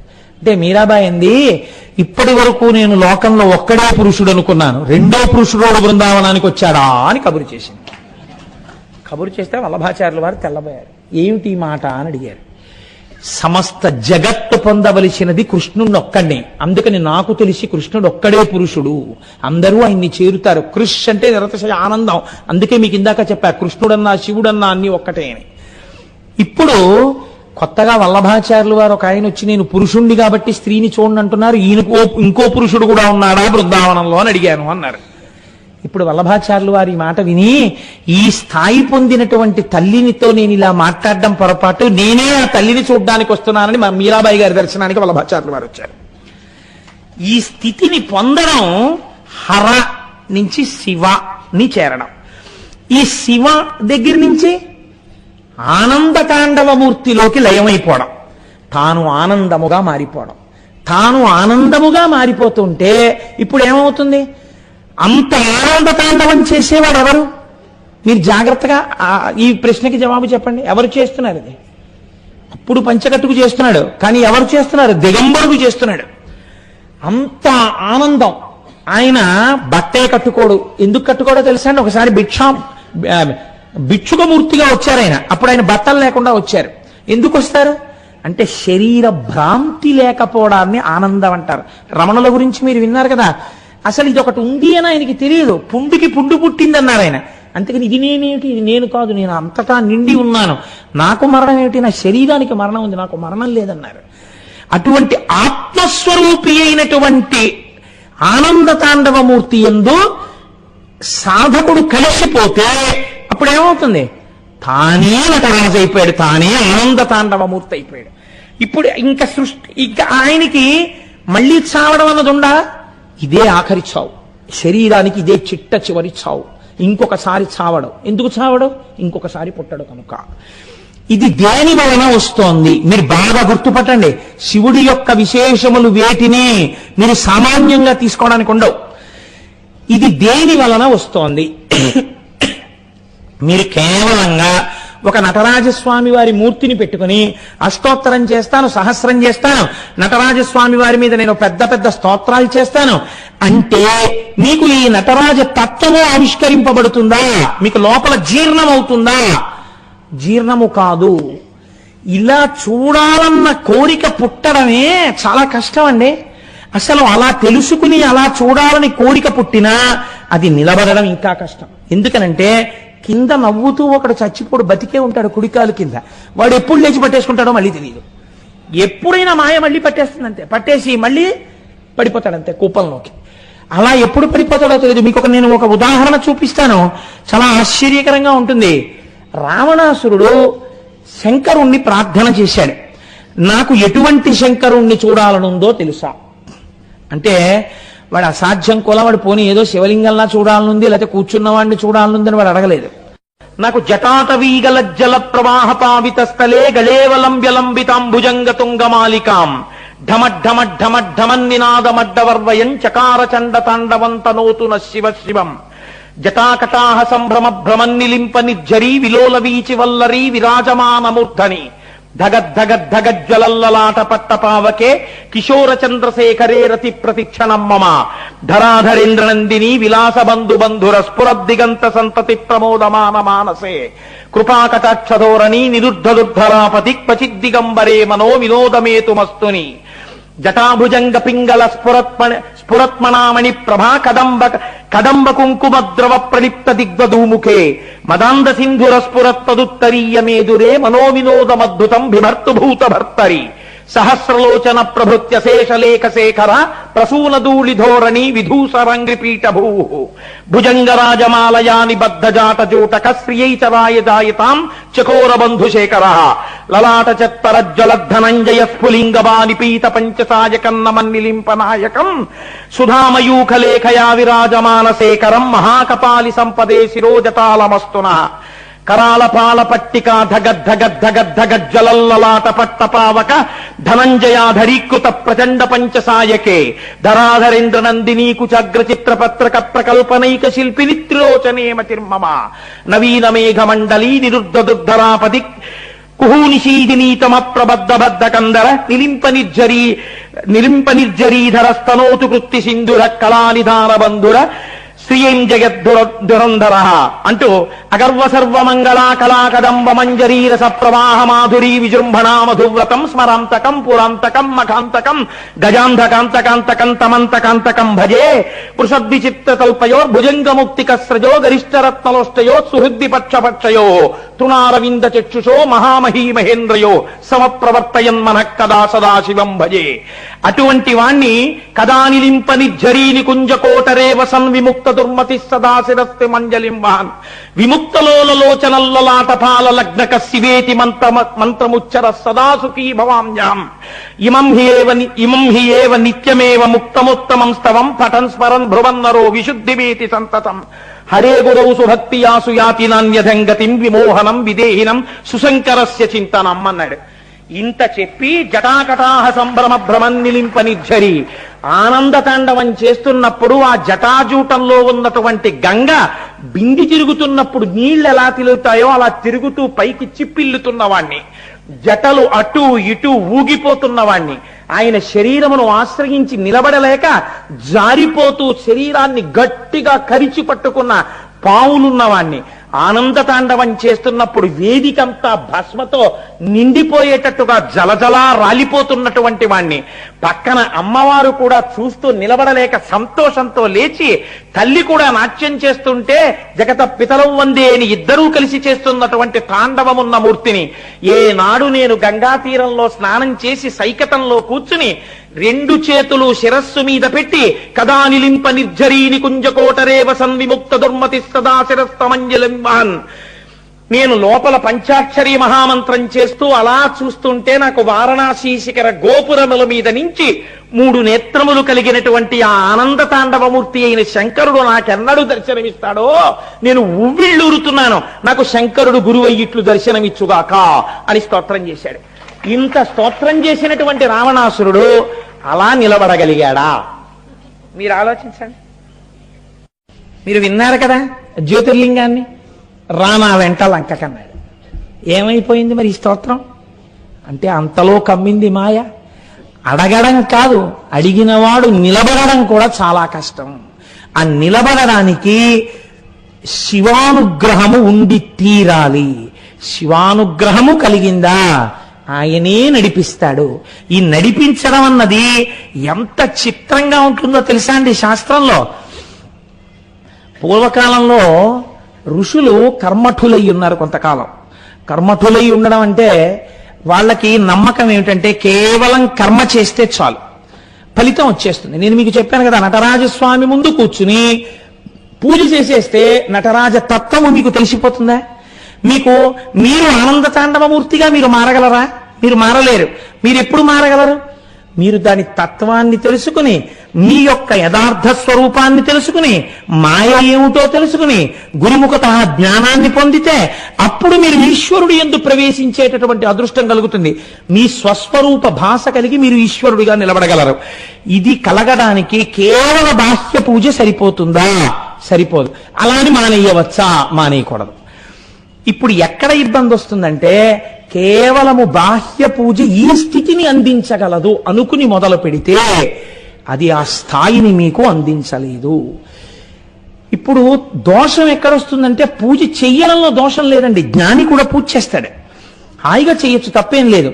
కానీ పూజ చేసేటప్పుడు ఈ పూజ పండి ఫలించి ఈశ్వరానుగ్రహంగా మారి నాకు జ్ఞానాన్ని ఇస్తుంది అని పూజ చెయ్యాలి తప్ప కేవలం ఈ పూజ నన్ను ధరించేసి ఈశ్వరుల్లో కలిపేస్తుందని అనుకుంటే కించిత్ పొరపాటు అయినట్టు. ఇప్పుడు చూడండి ఎక్కడ దోషం జరిగింది మునుల వలన. వాళ్ళు అన్నారు మేము శివలింగానికి పూజ చేస్తే చాలు. వాళ్ళ భార్యలు ఎటువంటి వారు? వాళ్ళు స్త్రీలు, వాళ్ళకి ఉపాసన ఉందా? వాళ్ళు చేస్తారా పూజ? వాళ్ళు చేయరు. వాళ్ళు చేయకపోయినా వాళ్ళు ఏం చేశారు? వాళ్ళు చెయ్యకుండా వాళ్ళు అన్నారు ఈశ్వర పూజ దేని కొరకు? ఈశ్వరానుగ్రహము కొరకు. ఆ ఈశ్వరుడు నిజమైన నేను నాది, దాన్ని చేరుకోవాలి తప్ప కేవలము పూజ రక్షించదు. పూజ చేత ప్రీతి పొందిన ఈశ్వర అనుగ్రహము మనని రక్షిస్తుంది అని వీళ్ళు నమ్మారు. వీళ్ళు ఆడవాళ్ళు, వాళ్ళు మొగాళ్ళు. వీళ్ళు భర్తలతో ఈ మాట చెప్పలేరు కదా ధైర్యంగా. అందుకని వీళ్ళు రోజు కర్మలంపటులై పూజ ఒక్కటే చేసేవారు, జ్ఞానం వైపుకి వెళ్ళలేదు. ఒకానొక నాడు అరణ్యంలోకి దర్భలు సేకరించుకుని, మారేడు దళాలు సేకరించుకుని, పువ్వులు సేకరించుకుని రావడం కోసమని వెళ్ళారు. పరమశివుడు గొప్ప సౌందర్య రాశి అయి రాశీభూతమైన అందమై అసలు కన్ను విప్పి చూసిన తరువాత ఇంకా కన్ను ముయ్యలేనంత అందగాడై ఆయన ఈ దారుకావనంలో ఈ మునులు ఉండేటటువంటి ఆ కుటీరముల దగ్గరకు వచ్చాడు. రావడంలో ఒక చిత్రం చేశాడు. ఎలా వచ్చాడు? ఒంటి మీద నూలు పోగు లేకుండా వచ్చాడు. ఇది భిక్షాటనమూర్తి అని చాలా సౌందర్య రాశి. మీకు చాలా చోట్ల ఈ మూర్తి ఉంటుంది. వస్త్రము లేని భాగాన్ని ఒక పాము చుట్టుకున్నట్టుగా వేస్తూ ఉంటారు ఫోటోలు. నేను ఎక్కడ చూశానో నాకు స్ఫురణలో లేదు, కానీ చాలా పెద్ద ఫోటో. భిక్షాటనమూర్తి ఎంత అందంగా ఉంటుందో. ఇటువంటి భిక్షాటనమూర్తిగా వస్తే ఈ మునుల యొక్క భార్యలు భాగవతంలో కృష్ణుడు రాసలీల చేసిన సందర్భంలోలా తమ బిడ్డల్ని భర్తల్ని విడిచిపెట్టి వీరందరూ వెళ్లి శంకరుణ్ణి కౌగిలించుకున్నారు. దీని యందు మీరు దోషం పట్టకూడదు. వీళ్ళు ఎందుకు వదిలిపెట్టారు తత్వం చూడాలి. వీళ్ళు ఏది వదిలినట్టు? నేను నాది, ఈ రెండు వదిలిపెట్టారు. ఇది నేను కాదు, దీనికి సంబంధించినవి నావి కావు. యథార్థమైన నేనేది, లోనున్న నేను నేను. అదే ఇప్పుడు నేల మీద ఇలా నడుస్తూ వచ్చింది. అదే నేను, నేనే అది. కాబట్టి దానిలో చేరిపోవాలి. ఇది కౌగలించుకోవడం అంటే, ఆలింగనం అంటే. తప్ప దోషభూయిష్టంగా మీరు ఆలోచించకూడదు దాని గురించి. ఇప్పుడు మునులు వచ్చారు. వాళ్ళకి జ్ఞానం ఉందా? నేను నాది వదలడం వాళ్ళకి తెలుసా? తెలియదు. వాళ్ళకేం తెలుసు? కర్మ తెలుసు అంతే. పూజ ఒక్కటే తెలుసు వాళ్ళకి. బాహ్యమునందు తెలియని వాళ్ళల్లా ఉన్నవాళ్ళు వీరు. వీళ్ళింత జ్ఞానంతో ఉన్నారు. చాలా జ్ఞానంతో ఉన్న వాళ్ళల్లా వాళ్ళు ఉన్నారు. వాళ్ళు కేవలము కర్మ దగ్గర మాత్రమే నిలబడిపోయారు. కాబట్టి ఇప్పుడు వాళ్ళకి ఎలా కనపడ్డాడు శివుడు? తమ భార్యలని ఎత్తుకుపోతున్న వాళ్ళ కనపడ్డాడు. ఇంత అందగాడిగా వచ్చి మా భార్యల్ని తన వెంట వేసుకుపోతున్నాడు రా అనుకున్నారు. కాబట్టి ఇప్పుడు వాళ్ళు ఏం నమ్మారు? వాళ్ళు కర్మని నమ్మారు. వాళ్ళకి సాక్షాత్తు శంకరుడు వచ్చాడ్రా, ఆనంద తాండవమూర్తిగా. ఈ సృష్టి ఆయనది, తాను సృష్టించిన వస్తువులు ఇవన్నీ. ఆయనకి కర్మ దారుకావనానికి వచ్చి మన భార్యలను ఎత్తుకెళ్ళడం ఆయనే అనుకుంటే ఇలాంటి వాళ్ళని ఎంతమందిని సృష్టి చేయగలడు అని వాళ్ళు అనుకోలేదు. ఎందుకని? జ్ఞానము తగ్గింది, జ్ఞానము కలగలేదు. కలగకపోవడంలో వాళ్ళు వెంటనే హోమగుండాన్ని వ్రేల్చారు. వ్రేల్చి కర్మ చెయ్యడం మొదలుపెట్టారు. ఎటువంటి కర్మ? అభిచారక హోమం మొదలుపెట్టారు. అంటే అందులోంచి ఉగ్రమైన శక్తుల్ని పుట్టించారు. పుట్టించి ఇప్పుడు అందులోంచి మొట్టమొదట ఒక ఏనుగుని సృష్టించారు. పెద్ద ఏనుగుని సృష్టించి ఆ ఎదురుగుండా ఉన్నవాణ్ణి సంహరించు అని ఆయన మీదకి ప్రయోగించారు. ఇప్పుడు ఈ అగ్నిహోత్రాన్ని వ్రేల్చడం కోసమని చెప్పి వీళ్ళు వాడినటువంటి మంత్రములు ఏమున్నాయో శబ్దశక్తి కదండి పుట్టింది. అగ్నిలోంచి పుట్టాలంటే శబ్దశక్తి కదా పుట్టింది. ఈ శబ్దశక్తి ఎవరి వల్ల వచ్చింది? శివుడి వల్లే వచ్చింది, డమరుకలోంచి. ఇది వాడి సొత్తే వాడి మీద ప్రయోగిస్తే వాడి మీద ఎలా పనిచేస్తుందని వాళ్ళకి అర్థం కాలేదు. వాడు యజమానికి చెందిన వస్తువే ఒకటి కొత్తగా సృష్టించామని వాళ్ళు అనుకోలేరు. ఇది జ్ఞానం లేకపోవడం అంటే. ఇది భక్తి లోపించడం, జ్ఞానము లోపించడం, కేవలం కర్మఫలు కావడం. దిద్దుకోవాలి ఇది చాలా మంది లోకంలో. కాబట్టి ఇప్పుడు ఏమైంది? ఈ ఏనుగు శబ్దబలం దాని పని చేస్తుంది. అది శివుడి దగ్గరికి వెళ్ళింది. ఆయన ఏం చేశాడు? ఆనంద తాండవమూర్తి ఊర్ధ్వ తాండవమూర్తి అయ్యాడు. ఇప్పుడు ఇంకో కొత్త రూపం వచ్చింది. అంటే ఇలా కిందకుండేటటువంటి కాళ్ళని పైకి పెట్టి తాండవం చేసేసాడు. చేసి ఆ తాండవం చేసేటప్పుడు అంటే ఇది కించిత్ ఉగ్రమూర్తి అయ్యాడు. మీరు ఎవరిది ఈ లోకమో తెలుసుకోకుండా, ఎవరి సృష్టి అయిన శబ్దము వలన ఇవి పుట్టాయో తెలుసుకోకుండా నాదాన్ని నా మీదకి పంపిస్తున్నారు. నాదాన్ని నా మీదకి నన్ను హోమ చేయడానికి పంపారా? మీవారు అనుకున్న వారు కూడా నారాయణై నేను తప్ప ఇంకోటి లేదని వారు నన్ను పొందారా? ఎవరిది ఉత్తమ భక్తి? మీ భార్యలది ఉత్తమ భక్తి. అది మీకు తెలియకపోగా నా మీద అభిచార హోమం చేసి ఏనుగుని పంపారు. ఊర్ధ్వతాండవమూర్తి అయ్యే ఏనుగు యొక్క కడుపులో ఒక్క తన్ను తన్నాడు. అది చిన్నాభిన్నమైపోయి చిన్ని చిన్ని ముక్కలైపోయి అంతరిక్షంలోకి ఎగిరిపోయింది. ఆ ఏనుగు ఎగిరిపోతే వాళ్ళ కోపం వచ్చింది. కోపం వచ్చి మళ్ళీ వాళ్ళు అభిచార హోమం చేశారు. అంటే వాళ్ళ బుద్ధి ఎందో మార్పు రాలేదు. మళ్ళీ అంటే మారుతున్నా ఏనుగుని తన్నేసినా అదేంటి అలా తన్నేశాడు అంటే ఆయన శక్తివంతుడు అని నమస్కరిస్తే ఆయన వెంటనే వాళ్ళకి ఆ జ్ఞానం ఇస్తాడు. నీకు బుద్ధునిచ్చింది నమస్కారం చేయడానికే. అందుకే హర శబ్దము చేత పాపం పోవడానికి పాదములు పట్టాలి నమస్కారంతో. ఇది చేయలేదు. వాళ్ళు చెయ్యకుండా ఒక మృగాన్ని సృష్టించారు. ఇప్పుడు ఆ మృగం అంటే జింక. అది చక్క ఇలా అలా చూస్తూ, చూపులు అందం కదండి జింకకి, అది పరిగెత్తుకుంటూ శంకరుడి దగ్గరికి వెళ్ళింది. ఇప్పుడు శంకరుడు ఏం చేశాడంటే దాన్ని ఏం చేయలేదు, దానికన్నా అందంగా చూశాడు. చాలా అందమైన వాడు కదండి, అందమైన వాడు కాబట్టి అందమైన వాడి యొక్క గొప్పతనం ఎక్కడుంటుంది? అందం 90% చూపుల్లోనే ఉంటుంది. అన్నీ బాగుండి కళ్ళు బాగులేవు అనుకోండి, ఆ ముఖంలో అందం క్షీణించిపోతుంది. ఒక్కొక్కడు పైకి ఎంత బాగున్నా ఇలా చూపే ముటముటలాడిపోతుంది అనుకోండి, ఎవడో దగ్గరికి వెళ్ళాడు. చూపులు ప్రసన్నంగా ఉన్నాయనుకోండి, ఆయన్ని చేరుతారు నలుగురును. కాబట్టి ఇప్పుడు ఆయన బహుప్రసన్నమూర్తి అయి ఏంటి నా చూపుల కన్నా అందమా నీ చూపులు అన్నట్టుగా, ఏంటి అంతలా చంచలమైన చూపులతో వచ్చావు ఓ జింక అని తన అంతకన్నా అందంగా కళ్ళు తిప్పి చూశాడు. చూస్తే జింక అనుకుందిట, నేను ఇన్నాళ్ళు కళ్ళు తిప్పింత అందంగా చూసేదాన్ని నేనేని లోకంలో చెప్పుకున్నారు, నాకన్నా అందంగా కళ్ళు తిప్పి చూసేవాడు ఉన్నాడు, వీడి దగ్గర ఎలా చూడాలో నేర్చుకుందామని ముఖం ఎత్తి చూపులు నిలబడిపోయి ఆయన కదులుతున్న చూపులు చూసింది. చూస్తే ఇప్పుడు ఆయన ఏం చేశాడు, టక్కున కోడిపెట్టని పట్టుకున్నట్టు తన వంక నేర్చుకోవాలని చూసింది. చిన్న భావన సత్వమైంది, చంపలేదు. టక్కన దాన్ని 4 కాళ్ళని పట్టుకుని ఇలా పైకెత్తో చేత్తో పట్టుకున్నాడు.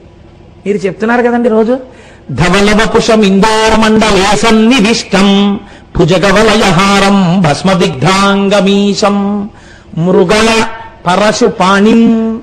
ఒక చేతిలో ఆ లేడీని పట్టుకున్నాడని చెప్తున్నారు కదా, అదే ఈ లేడీ. దారుకావనంలో పట్టుకున్న లేడే ఆ లేడీ. ఇప్పుడు ఆ లేడీని పట్టుకున్నాడు. ఇప్పుడు ఈ లేడీ ఏం చేస్తోంది? 4 కాళ్ళు పట్టుకున్నా గింజుకోవాలి, గింజుకుని దూకేద్దామని చూడాలి. అది అలా చేయట్లేదుట, అది అలాగే ఉండిపోయింది చేతిలో. ఆయన కళ్ళ వంక అలా చూస్తోంది. అబ్బా ఎంత బాగా కదులుతున్నాయో కళ్ళని. అప్పటి నుంచి ఇప్పటి వరకు అది శాశ్వతత్వాన్ని పొందేసింది. ఎలా పొందేసింది? కింద పెద్ద పులుంది, అమ్మవారి వాహనం, దానికి భయం లేదు. ఎందుకు భయం లేదు? శంకరుడి చేతిలో ఉంది.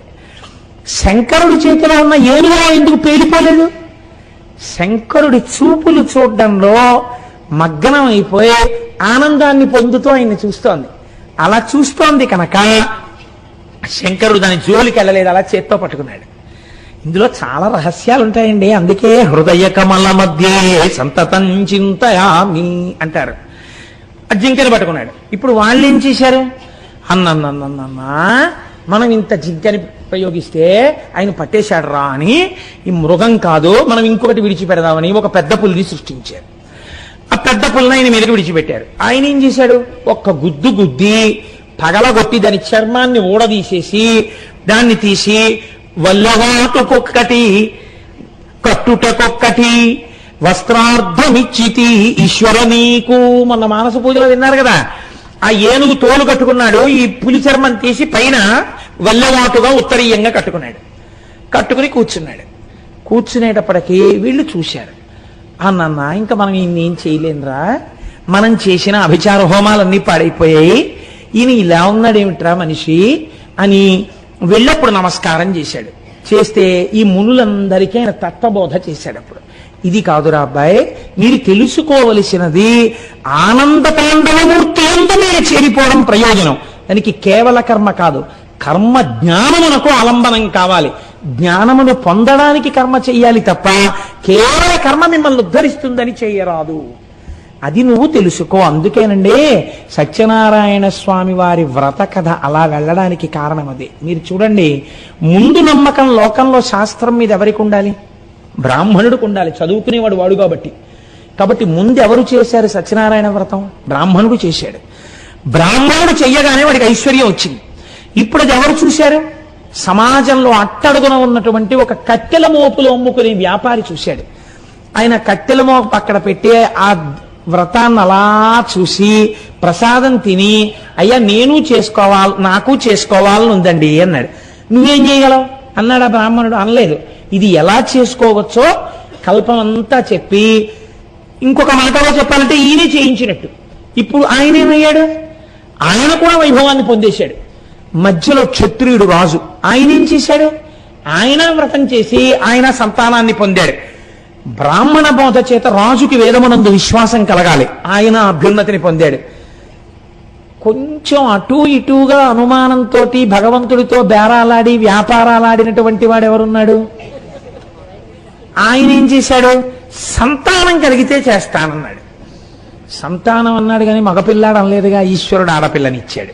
ఆడపిల్లనిస్తే అభ్యంతరం ఏముందంటే, ఆడపిల్ల కడుపున మగపిల్లాడు పుడితే రోహితుడు పుట్టేసినట్టే, కొడుకు పుట్టినట్టే. కానీ ఇప్పుడు ఏం చేశాడు ఆయన? ఇప్పుడు ఆయన ఆడపిల్ల పుట్టింది కదా, ఇప్పటికే చాలా ఖర్చు, ఏదైనా పెళ్లి చెయ్యాలి, ఏదో లెక్కలు వేసుకుని తర్వాత చూద్దాం పెళ్లిలో చేద్దాం అన్నాడు. పెళ్లిలో చేశాడా? చేయలేదు. అబ్బో ఆ తర్వాత ఎన్ని వచ్చాయి మీకు తెలుసు. ఇప్పుడు నేను కథ అంతా చెప్పడం ఎందుకు? ఇన్ని కష్టాలు వచ్చినా నిలబడలేదు. ఆఖరణ ప్రసాదం ముచ్చుకోకుండా వస్తే పడవ ముంచేశాడు. ప్రసాదం అంటే ఏంటి? ఈశ్వర అనుగ్రహమునకు ప్రసాదం అని పేరు. ప్రసాదం తింటే లోపలికి వెళ్ళి మనస్సులో ఆరోవంతుగా మారి బుద్ధిగా మారి, ఆ బుద్ధి చేత ఇప్పటి వరకు మీరు పడుతున్న కష్టానికి తెలియనటువంటి పరిష్కారం మీ మనస్సులోని గోచరమై మీరు ఆ పని చేయడం వల్ల మీ కష్టం తీరిపోతుంది. అయ్యో ఇన్నాళ్ళు తెలియలేదండి, ఇంత చేస్తే ఇదిగో ఆయన దగ్గరికి వెళ్తే అయిపోయిందండి పని అంటే. ఇది ఎక్కడి నుంచి వచ్చింది? ప్రసాదము ద్వారా వచ్చినది.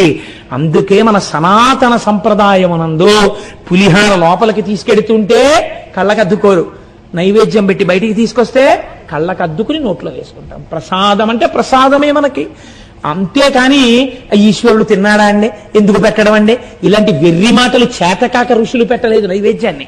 ఆయన దృష్టి చేత అనుగ్రహిస్తాడరా అని చెప్పింది శాస్త్రం. ఒకవేళ నిజంగా నువ్వు భక్తితో పెడితే తింటాడేమో. అటుకులు అడిగి అడిగి మరి కుచేలుడి దగ్గర తినలా.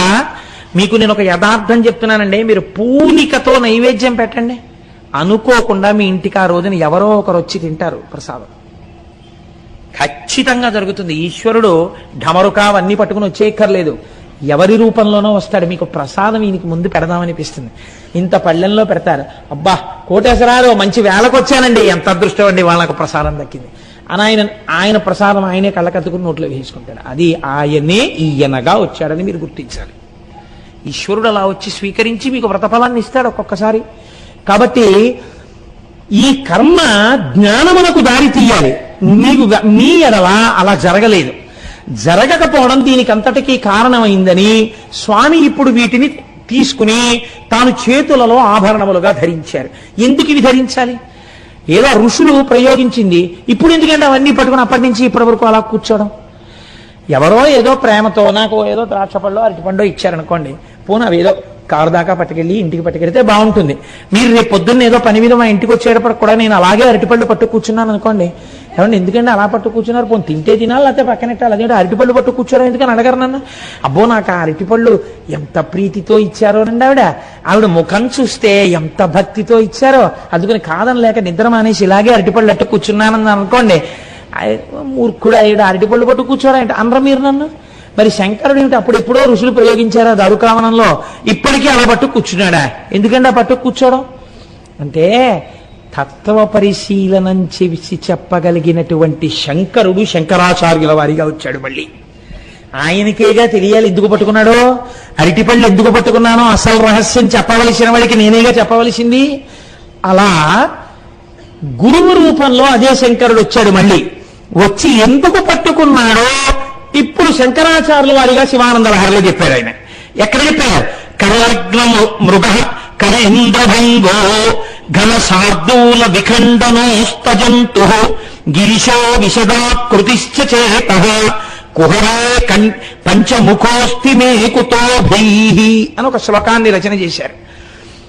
కరలగ్న మృగ, చేతితో పట్టుకోబడినటువంటి మృగమున్నవాడు. మరి మీరు ధ్యాన శ్లోకం చెప్తున్నారు కదండి ఇప్పటికీ అదే.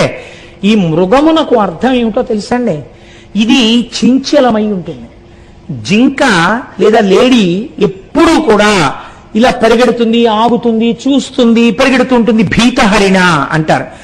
భయంతో అలా పరుగులు తీస్తూ ఉంటుంది, ఆగుతూ ఉంటుంది, వెడుతూ ఉంటుంది, చంచలత్వంతో ఉంటుంది తప్ప ఎప్పుడో చోట స్థిరంగా అలా నిలబడి ఓ ఏనుగులాగో అలా ఏం ఉండదు. ఇప్పుడు ఈ జింకని వేటాడేటప్పుడు సింహానికో లక్షణం ఉంటుంది. అది ఏం చేస్తుంది అంటే జింకని చంపేటప్పుడు అదే పనిగాను హీన ప్రకృతితో చంపదు. సింహం చంపితే సింహంలాగే చంపుతుంది, ఒక్క దెబ్బ కొడుతుంది అంతే. అసలు కొట్టక్కర్లేదండి. పరిగెడుతున్నటువంటి లేడి మీదకి రెండు ముందు కాళ్ళు పైకెత్తి దాని కడుపు కింద వరకు పంజాలో గోళ్ళు విచ్చి పట్టుకునేటప్పటికీ చచ్చిపోతుంది లేడీ. మీద సింహం పడిపోయిందని తెలియగానే ఇప్పుడు అది ఏం చేస్తుందంటే తన నోట కరుచుకుని చేత్తో ఎత్తినట్టుగా పట్టుకుని రెండు చేతులతో ఎత్తుతో గుహలోకి ఈడ్చుకుపోతున్నాడు. ఈశ్వర, మీరు ఒక సింహమై ఆ మృగమును పట్టియున్నారు. కరీంద్రభంగో, సింహము ఏనుగుని ఎలా చంపుతుందో అలా మీరు ఒక ఏనుగుని చంపారు. ఘన శార్దూల విఖండనోస్త జంతు, మీరు ఒక పెద్ద పులిని సింహం ఎలా చంపుతుందో అలా చంపి దాని తోలు తీసి కట్టుకున్నారు. గిరిశో విశదాకృతిశ్చ చేతః, ఈ సింహం కొండ గుహలో ఉంటుంది, మీరు హిమాలయ పర్వతాల మీద గుహలో ఉంటారు. కుహరే పంచముఖోస్తి మే కుతో భీః, ఈ గుహ ఎక్కడుందో శంకరాచార్యులు వారు మార్చేశారు. ఎంత చిత్రం చేశారంటే ఇక్కడ రహస్యం చెప్తున్నారు. ఋషులు ప్రయోగించింది శివుడు ఎందుకు పట్టుకున్నాడు. చంచలమైనటువంటి మృగము చంచలత్వమును ఎప్పుడు మానేసింది. ఎప్పుడు మానేసిందంటే కదలడం జింక, కళ్ళు కూడా తిప్పడం ఎప్పుడు మానేసింది. శివుడు చూపుల వంక తాను చూడడం వచ్చినప్పుడు ఇంకా తాను కదలడం మానేసింది.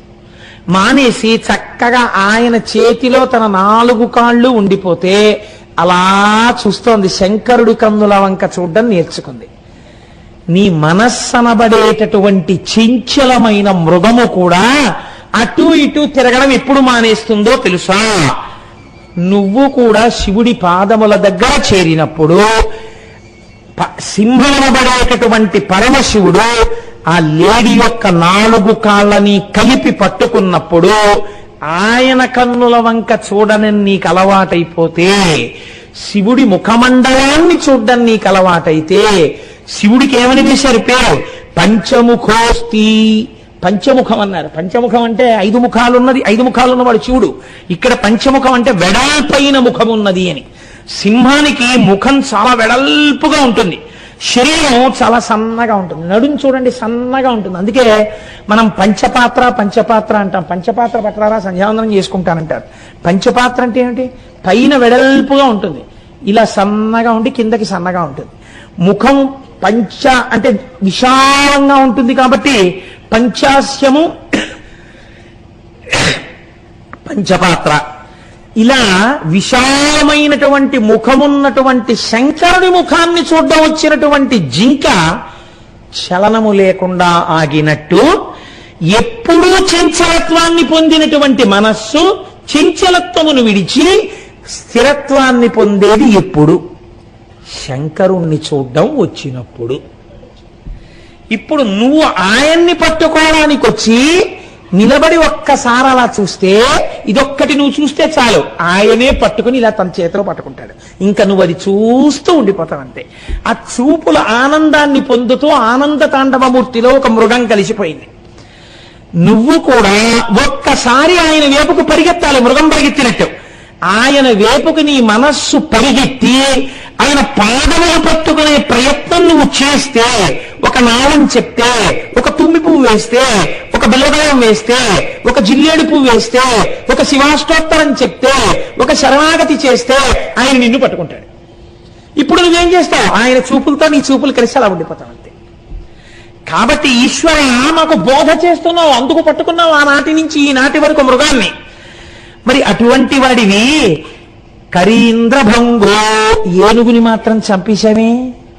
ఏనుగుని చంపేసి దాని తోలు తీసుకొచ్చి ఒంటికి కట్టుకున్నావు ఎందుకు అంటే, ఈశ్వర ఏనుగనబడేటటువంటిది ఎప్పుడూ అజ్ఞానమునకు ఊర్ధముఖ చలనము చేయకుండా సంసారమునకు అంటిపెట్టుకుని ఉండేటటువంటి మోహ లక్షణమునకు ప్రతీక. ఏనుగు ఎందుకు ఎక్కువ ఎత్తు ఎగరలేదు? తన ఒంటి బరువే దానికి కారణం. అలా మనం ఎందుకు ఊర్ధముఖ చలనం చెయ్యలేమో? మనము సంసారమునందు మగ్నులం అయిపోవడం, అజ్ఞానంలో మగ్నులం అయిపోవడం, మోహమునందు మగ్నులం అయిపోవడమే కారణం. ఎవరు పైకెత్తుతారు? ఈశ్వరుడు ఎత్తుతాడు. ఈ మోహమును పటాపంచలు చేసి చీల్చి చెండాడి జ్ఞానమిచ్చి మిమ్మల్ని తనకి ఆభరణంగా మార్చుకుంటాడు. ఏనుగు తోలు తాను కట్టుకున్నాడు. కాబట్టి ఈ స్థితిని నీకు ఇవ్వగలనని చెప్పడానికి ఈశ్వర మీరు ఏనుగు తోలు కట్టుకున్నారు. పైకి వాళ్ళు అభిచారిక హోమం చేసినా మాకు ఇవన్నీ నేర్పడానికి నువ్వు కట్టుకున్నావు తండ్రి. కాదు, ఘన శార్దూల వికందనోస్తు జంతు. మరి పెద్ద పుల్ని ఎందుకు చంపావు? దాని చర్మం ఎందుకు చేశావు?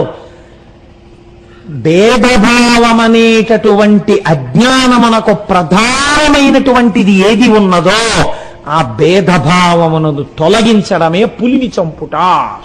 పులి ఏం చేస్తుందంటే, పులి అంటేనే క్రూరం. సింహం అలా ఉండదు. పులి వేటాడడానికి సింహం వేటాడడానికి చాలా తేడా ఉంటుంది. పులి ఒక మృగాన్ని చంపి దాన్ని అక్కడ ఉంచి కుళ్ళిన తర్వాత కూడా పులి తింటుంది. సింహం అలా తిందు. గ్రాసము లేక సృక్కినను అని సింహం మీద పద్యం. ఆఖరికి అన్నం లేక నీరసించిపోయినా ఏనుగు కుంభస్థలంలో మాంసం తినాలని ఆశపడుతుంది, కానీ గుంటనక్కని వేటాడి బతుకుదామని సింహం అనుకోదు. సింహం సింహమే. కాబట్టి అన్నీ తనదైన మృగరాజు సింహం. ఈశ్వర మీరు సింహం. మరి మీరు పులిని ఎందుకు చంపారు? పులి అంటే భేదభావము, క్రౌర్యము. క్రౌర్యమునకు కారణం ఎక్కడి నుంచి వచ్చింది? భేదములోంచి వచ్చింది. వాడు వేరు, తాను వేరు. ఈ వేరేది ఎక్కడ కనపడినా దాని పర్యవసానము క్రోధమునందో కామమునందో. కామానికి అక్క చెల్లెలు క్రోధం. ఏదో రకంగా కోపము, భేదము, శత్రుత్వము, వైషమ్యము, ద్వేషించుట ఇవి వచ్చి తీరుతాయి. అంతా ఒక్కటే అన్ననాడు, అన్నీ అదే అయిన నాడు మీరు ఎవరిని భేదభావంతో చూస్తారు? అన్నీ వాడయ్యున్నాడు. ఈ అన్నీ వాడయ్యున్నాడన్న పరమసత్యాన్ని చెప్పడం, దాన్ని చంపి తోలు ఉడదీసి తాను కట్టుకోవడం, ఇప్పుడు అది పవిత్రమైపోయింది. ఈ భేదభావాన్ని నిర్మూలించడం, పులిని చంపడం. అటువంటి వాడిని ఆ సింహం ఎక్కడ పడుకుంది? పర్వత గుహలో పడుకుంది. నువ్వెక్కడ పడుకున్నావు? ఈశ్వర నీవు కూడా పర్వత గుహలో పడుకుంటావు.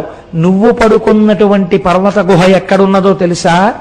ఇక్కడే నా హృదయం అనబడేటటువంటి పర్వత గుహందు నీవు పడుకుని ఉన్నావు.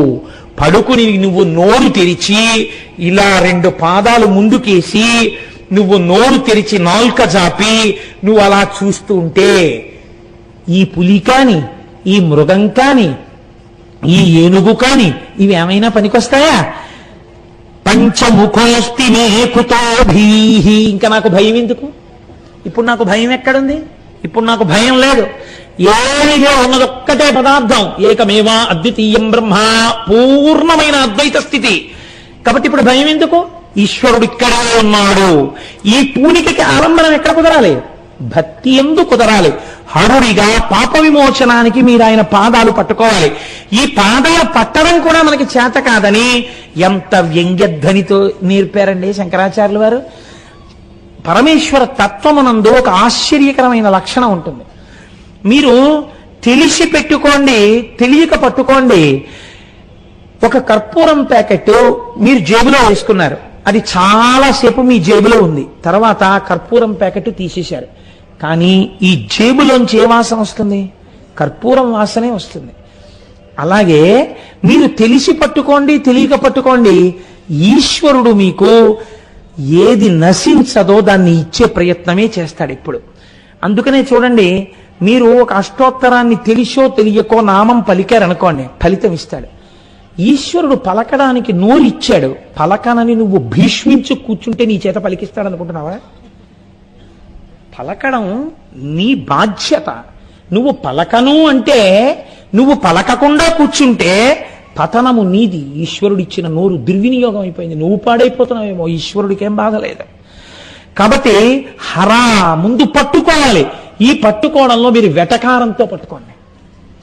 ఈశ్వరుడు ఎంత దయాళు అంటే వెటకారంతో పట్టుకోండి. తెలియదు తండ్రి మహానుభావుడు అన్న విషయం తెలియక్కర్లేదు.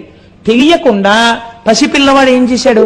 నాన్నగారు ఏదో చదువుకుంటుంటే పాదాల దగ్గరికి వచ్చి కూర్చుని, నాన్నగారి పాదాల దగ్గర కూర్చుని వాడు నాన్నగారి పంచ అంచు పట్టుకుని ఏదేదో మాట్లాడుతూ ఆ అంచు మీద చుక్కలన్నింటినీ చూసి ఊ ఆ అంటూ వాటితో ఆడుతూ పాదాల మీద పడుకుని ఆ పాదాలు చప్పరిస్తూ పడుకున్నాడు. తండ్రి ఏం చేస్తాడు?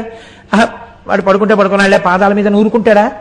గభాలన వాడు ఏ బొటన వేలునో ఏ కాలి వేలునో నోట్లో పెట్టుకుంటే ఆ మట్టితో పాటు కొన్ని సూక్ష్మాంగ జీవులు వాడి కడుపులో కెడితే రేపు పొద్దున్న వాడికి వాంతులు అవుతాయో, అతిసారం వస్తుందో అని, అలా నాన్న తప్పో కాళ్ళు నాక్కూడదు అని గభాలను తీసి తొడ మీద కూర్చోబెట్టుకున్నాడు.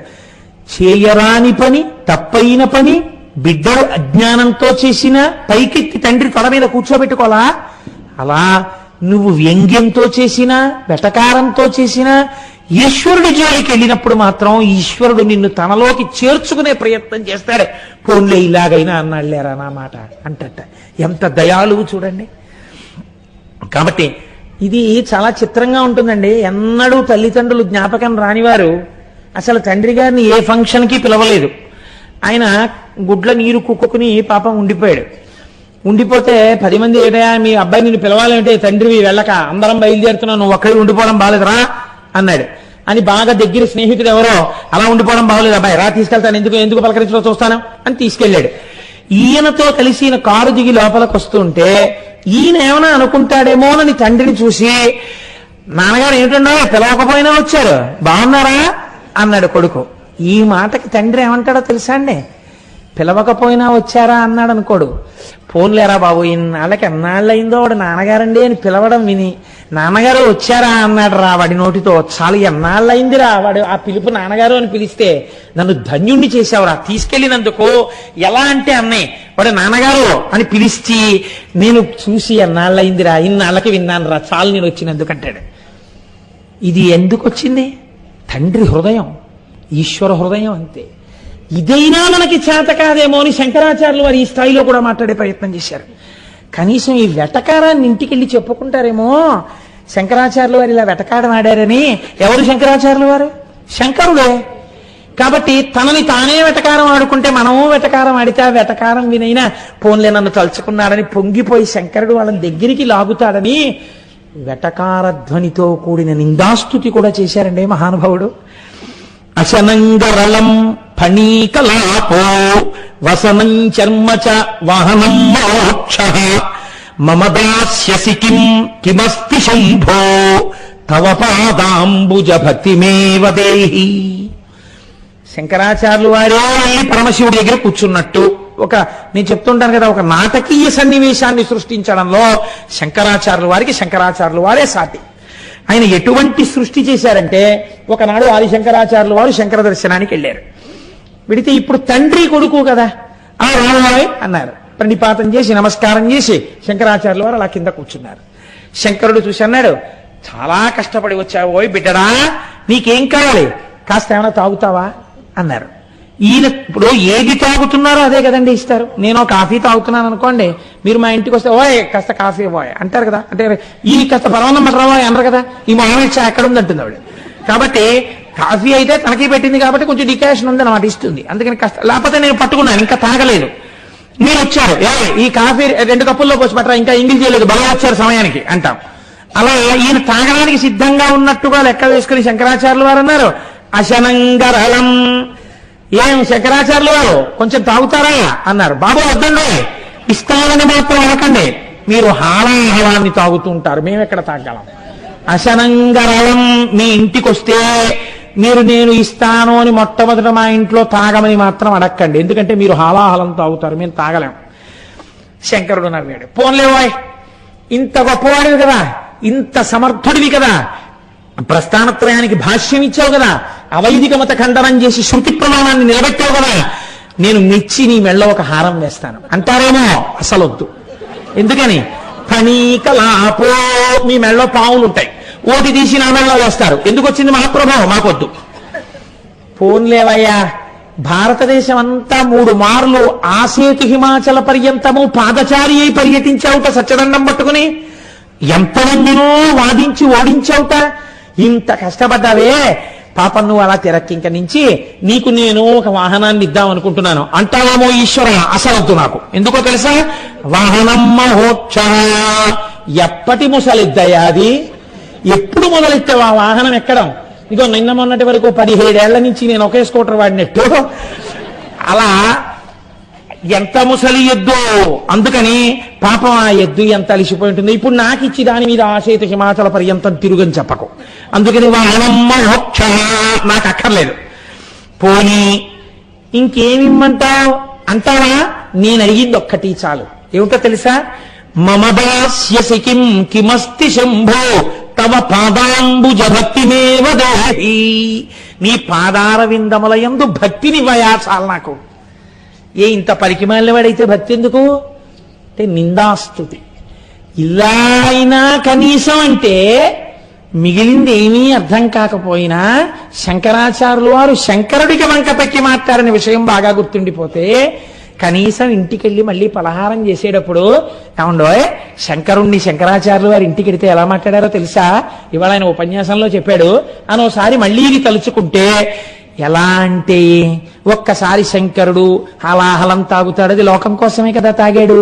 హాలాహలం తాగడం ఇవన్నీ వాడు స్ఫురణ చేసుకున్నాడు కదా అని ప్రాసంగిక పుణ్యము అన్న పురోగమన ఖాతాలో వేసేసి వాడు ఇంకా ఇంకా ఆయన నామం చెప్పేటట్టుగా అనుగ్రహించేస్తట. కాబట్టి హరా, మా పాపములు తీయడం కోసం ఎంత కారుణ్యమూర్తివయ్యా, ఎంత సులభుడవయ్యా శంకర. కాబట్టి అంతటి సులభమైన నా హృదయ గుహలో కూర్చుని నువ్వు నోరు తెరుచుకుని ఉండగా నాకు భీతి ఎందుకు, నాకు భయం ఎందుకు? నువ్వే నన్ను కాపాడుకుంటావన్నారు శంకర భగవత్పాదులు. కాబట్టి అటువంటి ఆనంద తాండవమూర్తి యొక్క అనుగ్రహము మనకు కలిగి మనుష్య జన్మ యొక్క ప్రయోజనము నెరవేరేటట్టుగా నిర్హేతుక కృపాకటాక్ష వీక్షణముల చేత ఈశ్వరానుగ్రహము మన యందు ప్రసరింపబడాలని ఆ సర్వేశ్వరుణ్ణి ప్రార్థన చేస్తూ రేపటి రోజున మరొక ముఖ్యమైన విషయాన్ని, దానితో పాటు సుబ్రహ్మణ్యేశ్వర స్వామి వారి యొక్క విశేషాలని ఎల్లుండి నుంచి ప్రారంభం చేస్తాను. అది వినేటప్పుడు ఒకవేళ టిక్కెట్ లేకపోయినా దీక్షా స్వీకారం ఎలా చేయవచ్చో, అది వినడమే యజ్ఞముగా ఎలా వినొచ్చో, ఎటువంటి ప్రయత్నం చేస్తే షణ్ముఖుడి యొక్క అనుగ్రహం పూర్ణంగా వర్షింపబడే అవకాశం ఉంటుందో ఈ విషయాల్ని కూడా రేపు విజ్ఞాపన చేస్తాను. కనుక రేపు యథాప్రకారం 6:30 ప్రారంభం చేద్దాం. మంగళాశాసన పరై పదాచార్య పురోగమై సర్వైశ్చ పూర్వైరాచార్యై సత్కృతాయాస్తు మంగళం. మంగళం కోసలేంద్రాయ మహనీయ గుణాత్మనే చక్రవర్తి తనూజాయ సర్వభౌమాయ మంగళం. ఉమాకాంతాయ కాంతాయ కామితార్థప్రదాయినే శ్రీగిరీశాయ దేవాయ మలినాథాయ మంగళం. కరచరణ కృతం వా కర్మ వాక్కాదిజం వా శ్రవణనైనజం వా మానసం వాపరాధం విహితం వా సర్వమేత్త క్షమస్వ. శివ శివ కరుణాబ్ధే శ్రీ మహాదేవ శంభో. సర్వం శ్రీ ఉమామహేశ్వర పరబ్రహ్మార్పణమస్తు. స్వస్తి.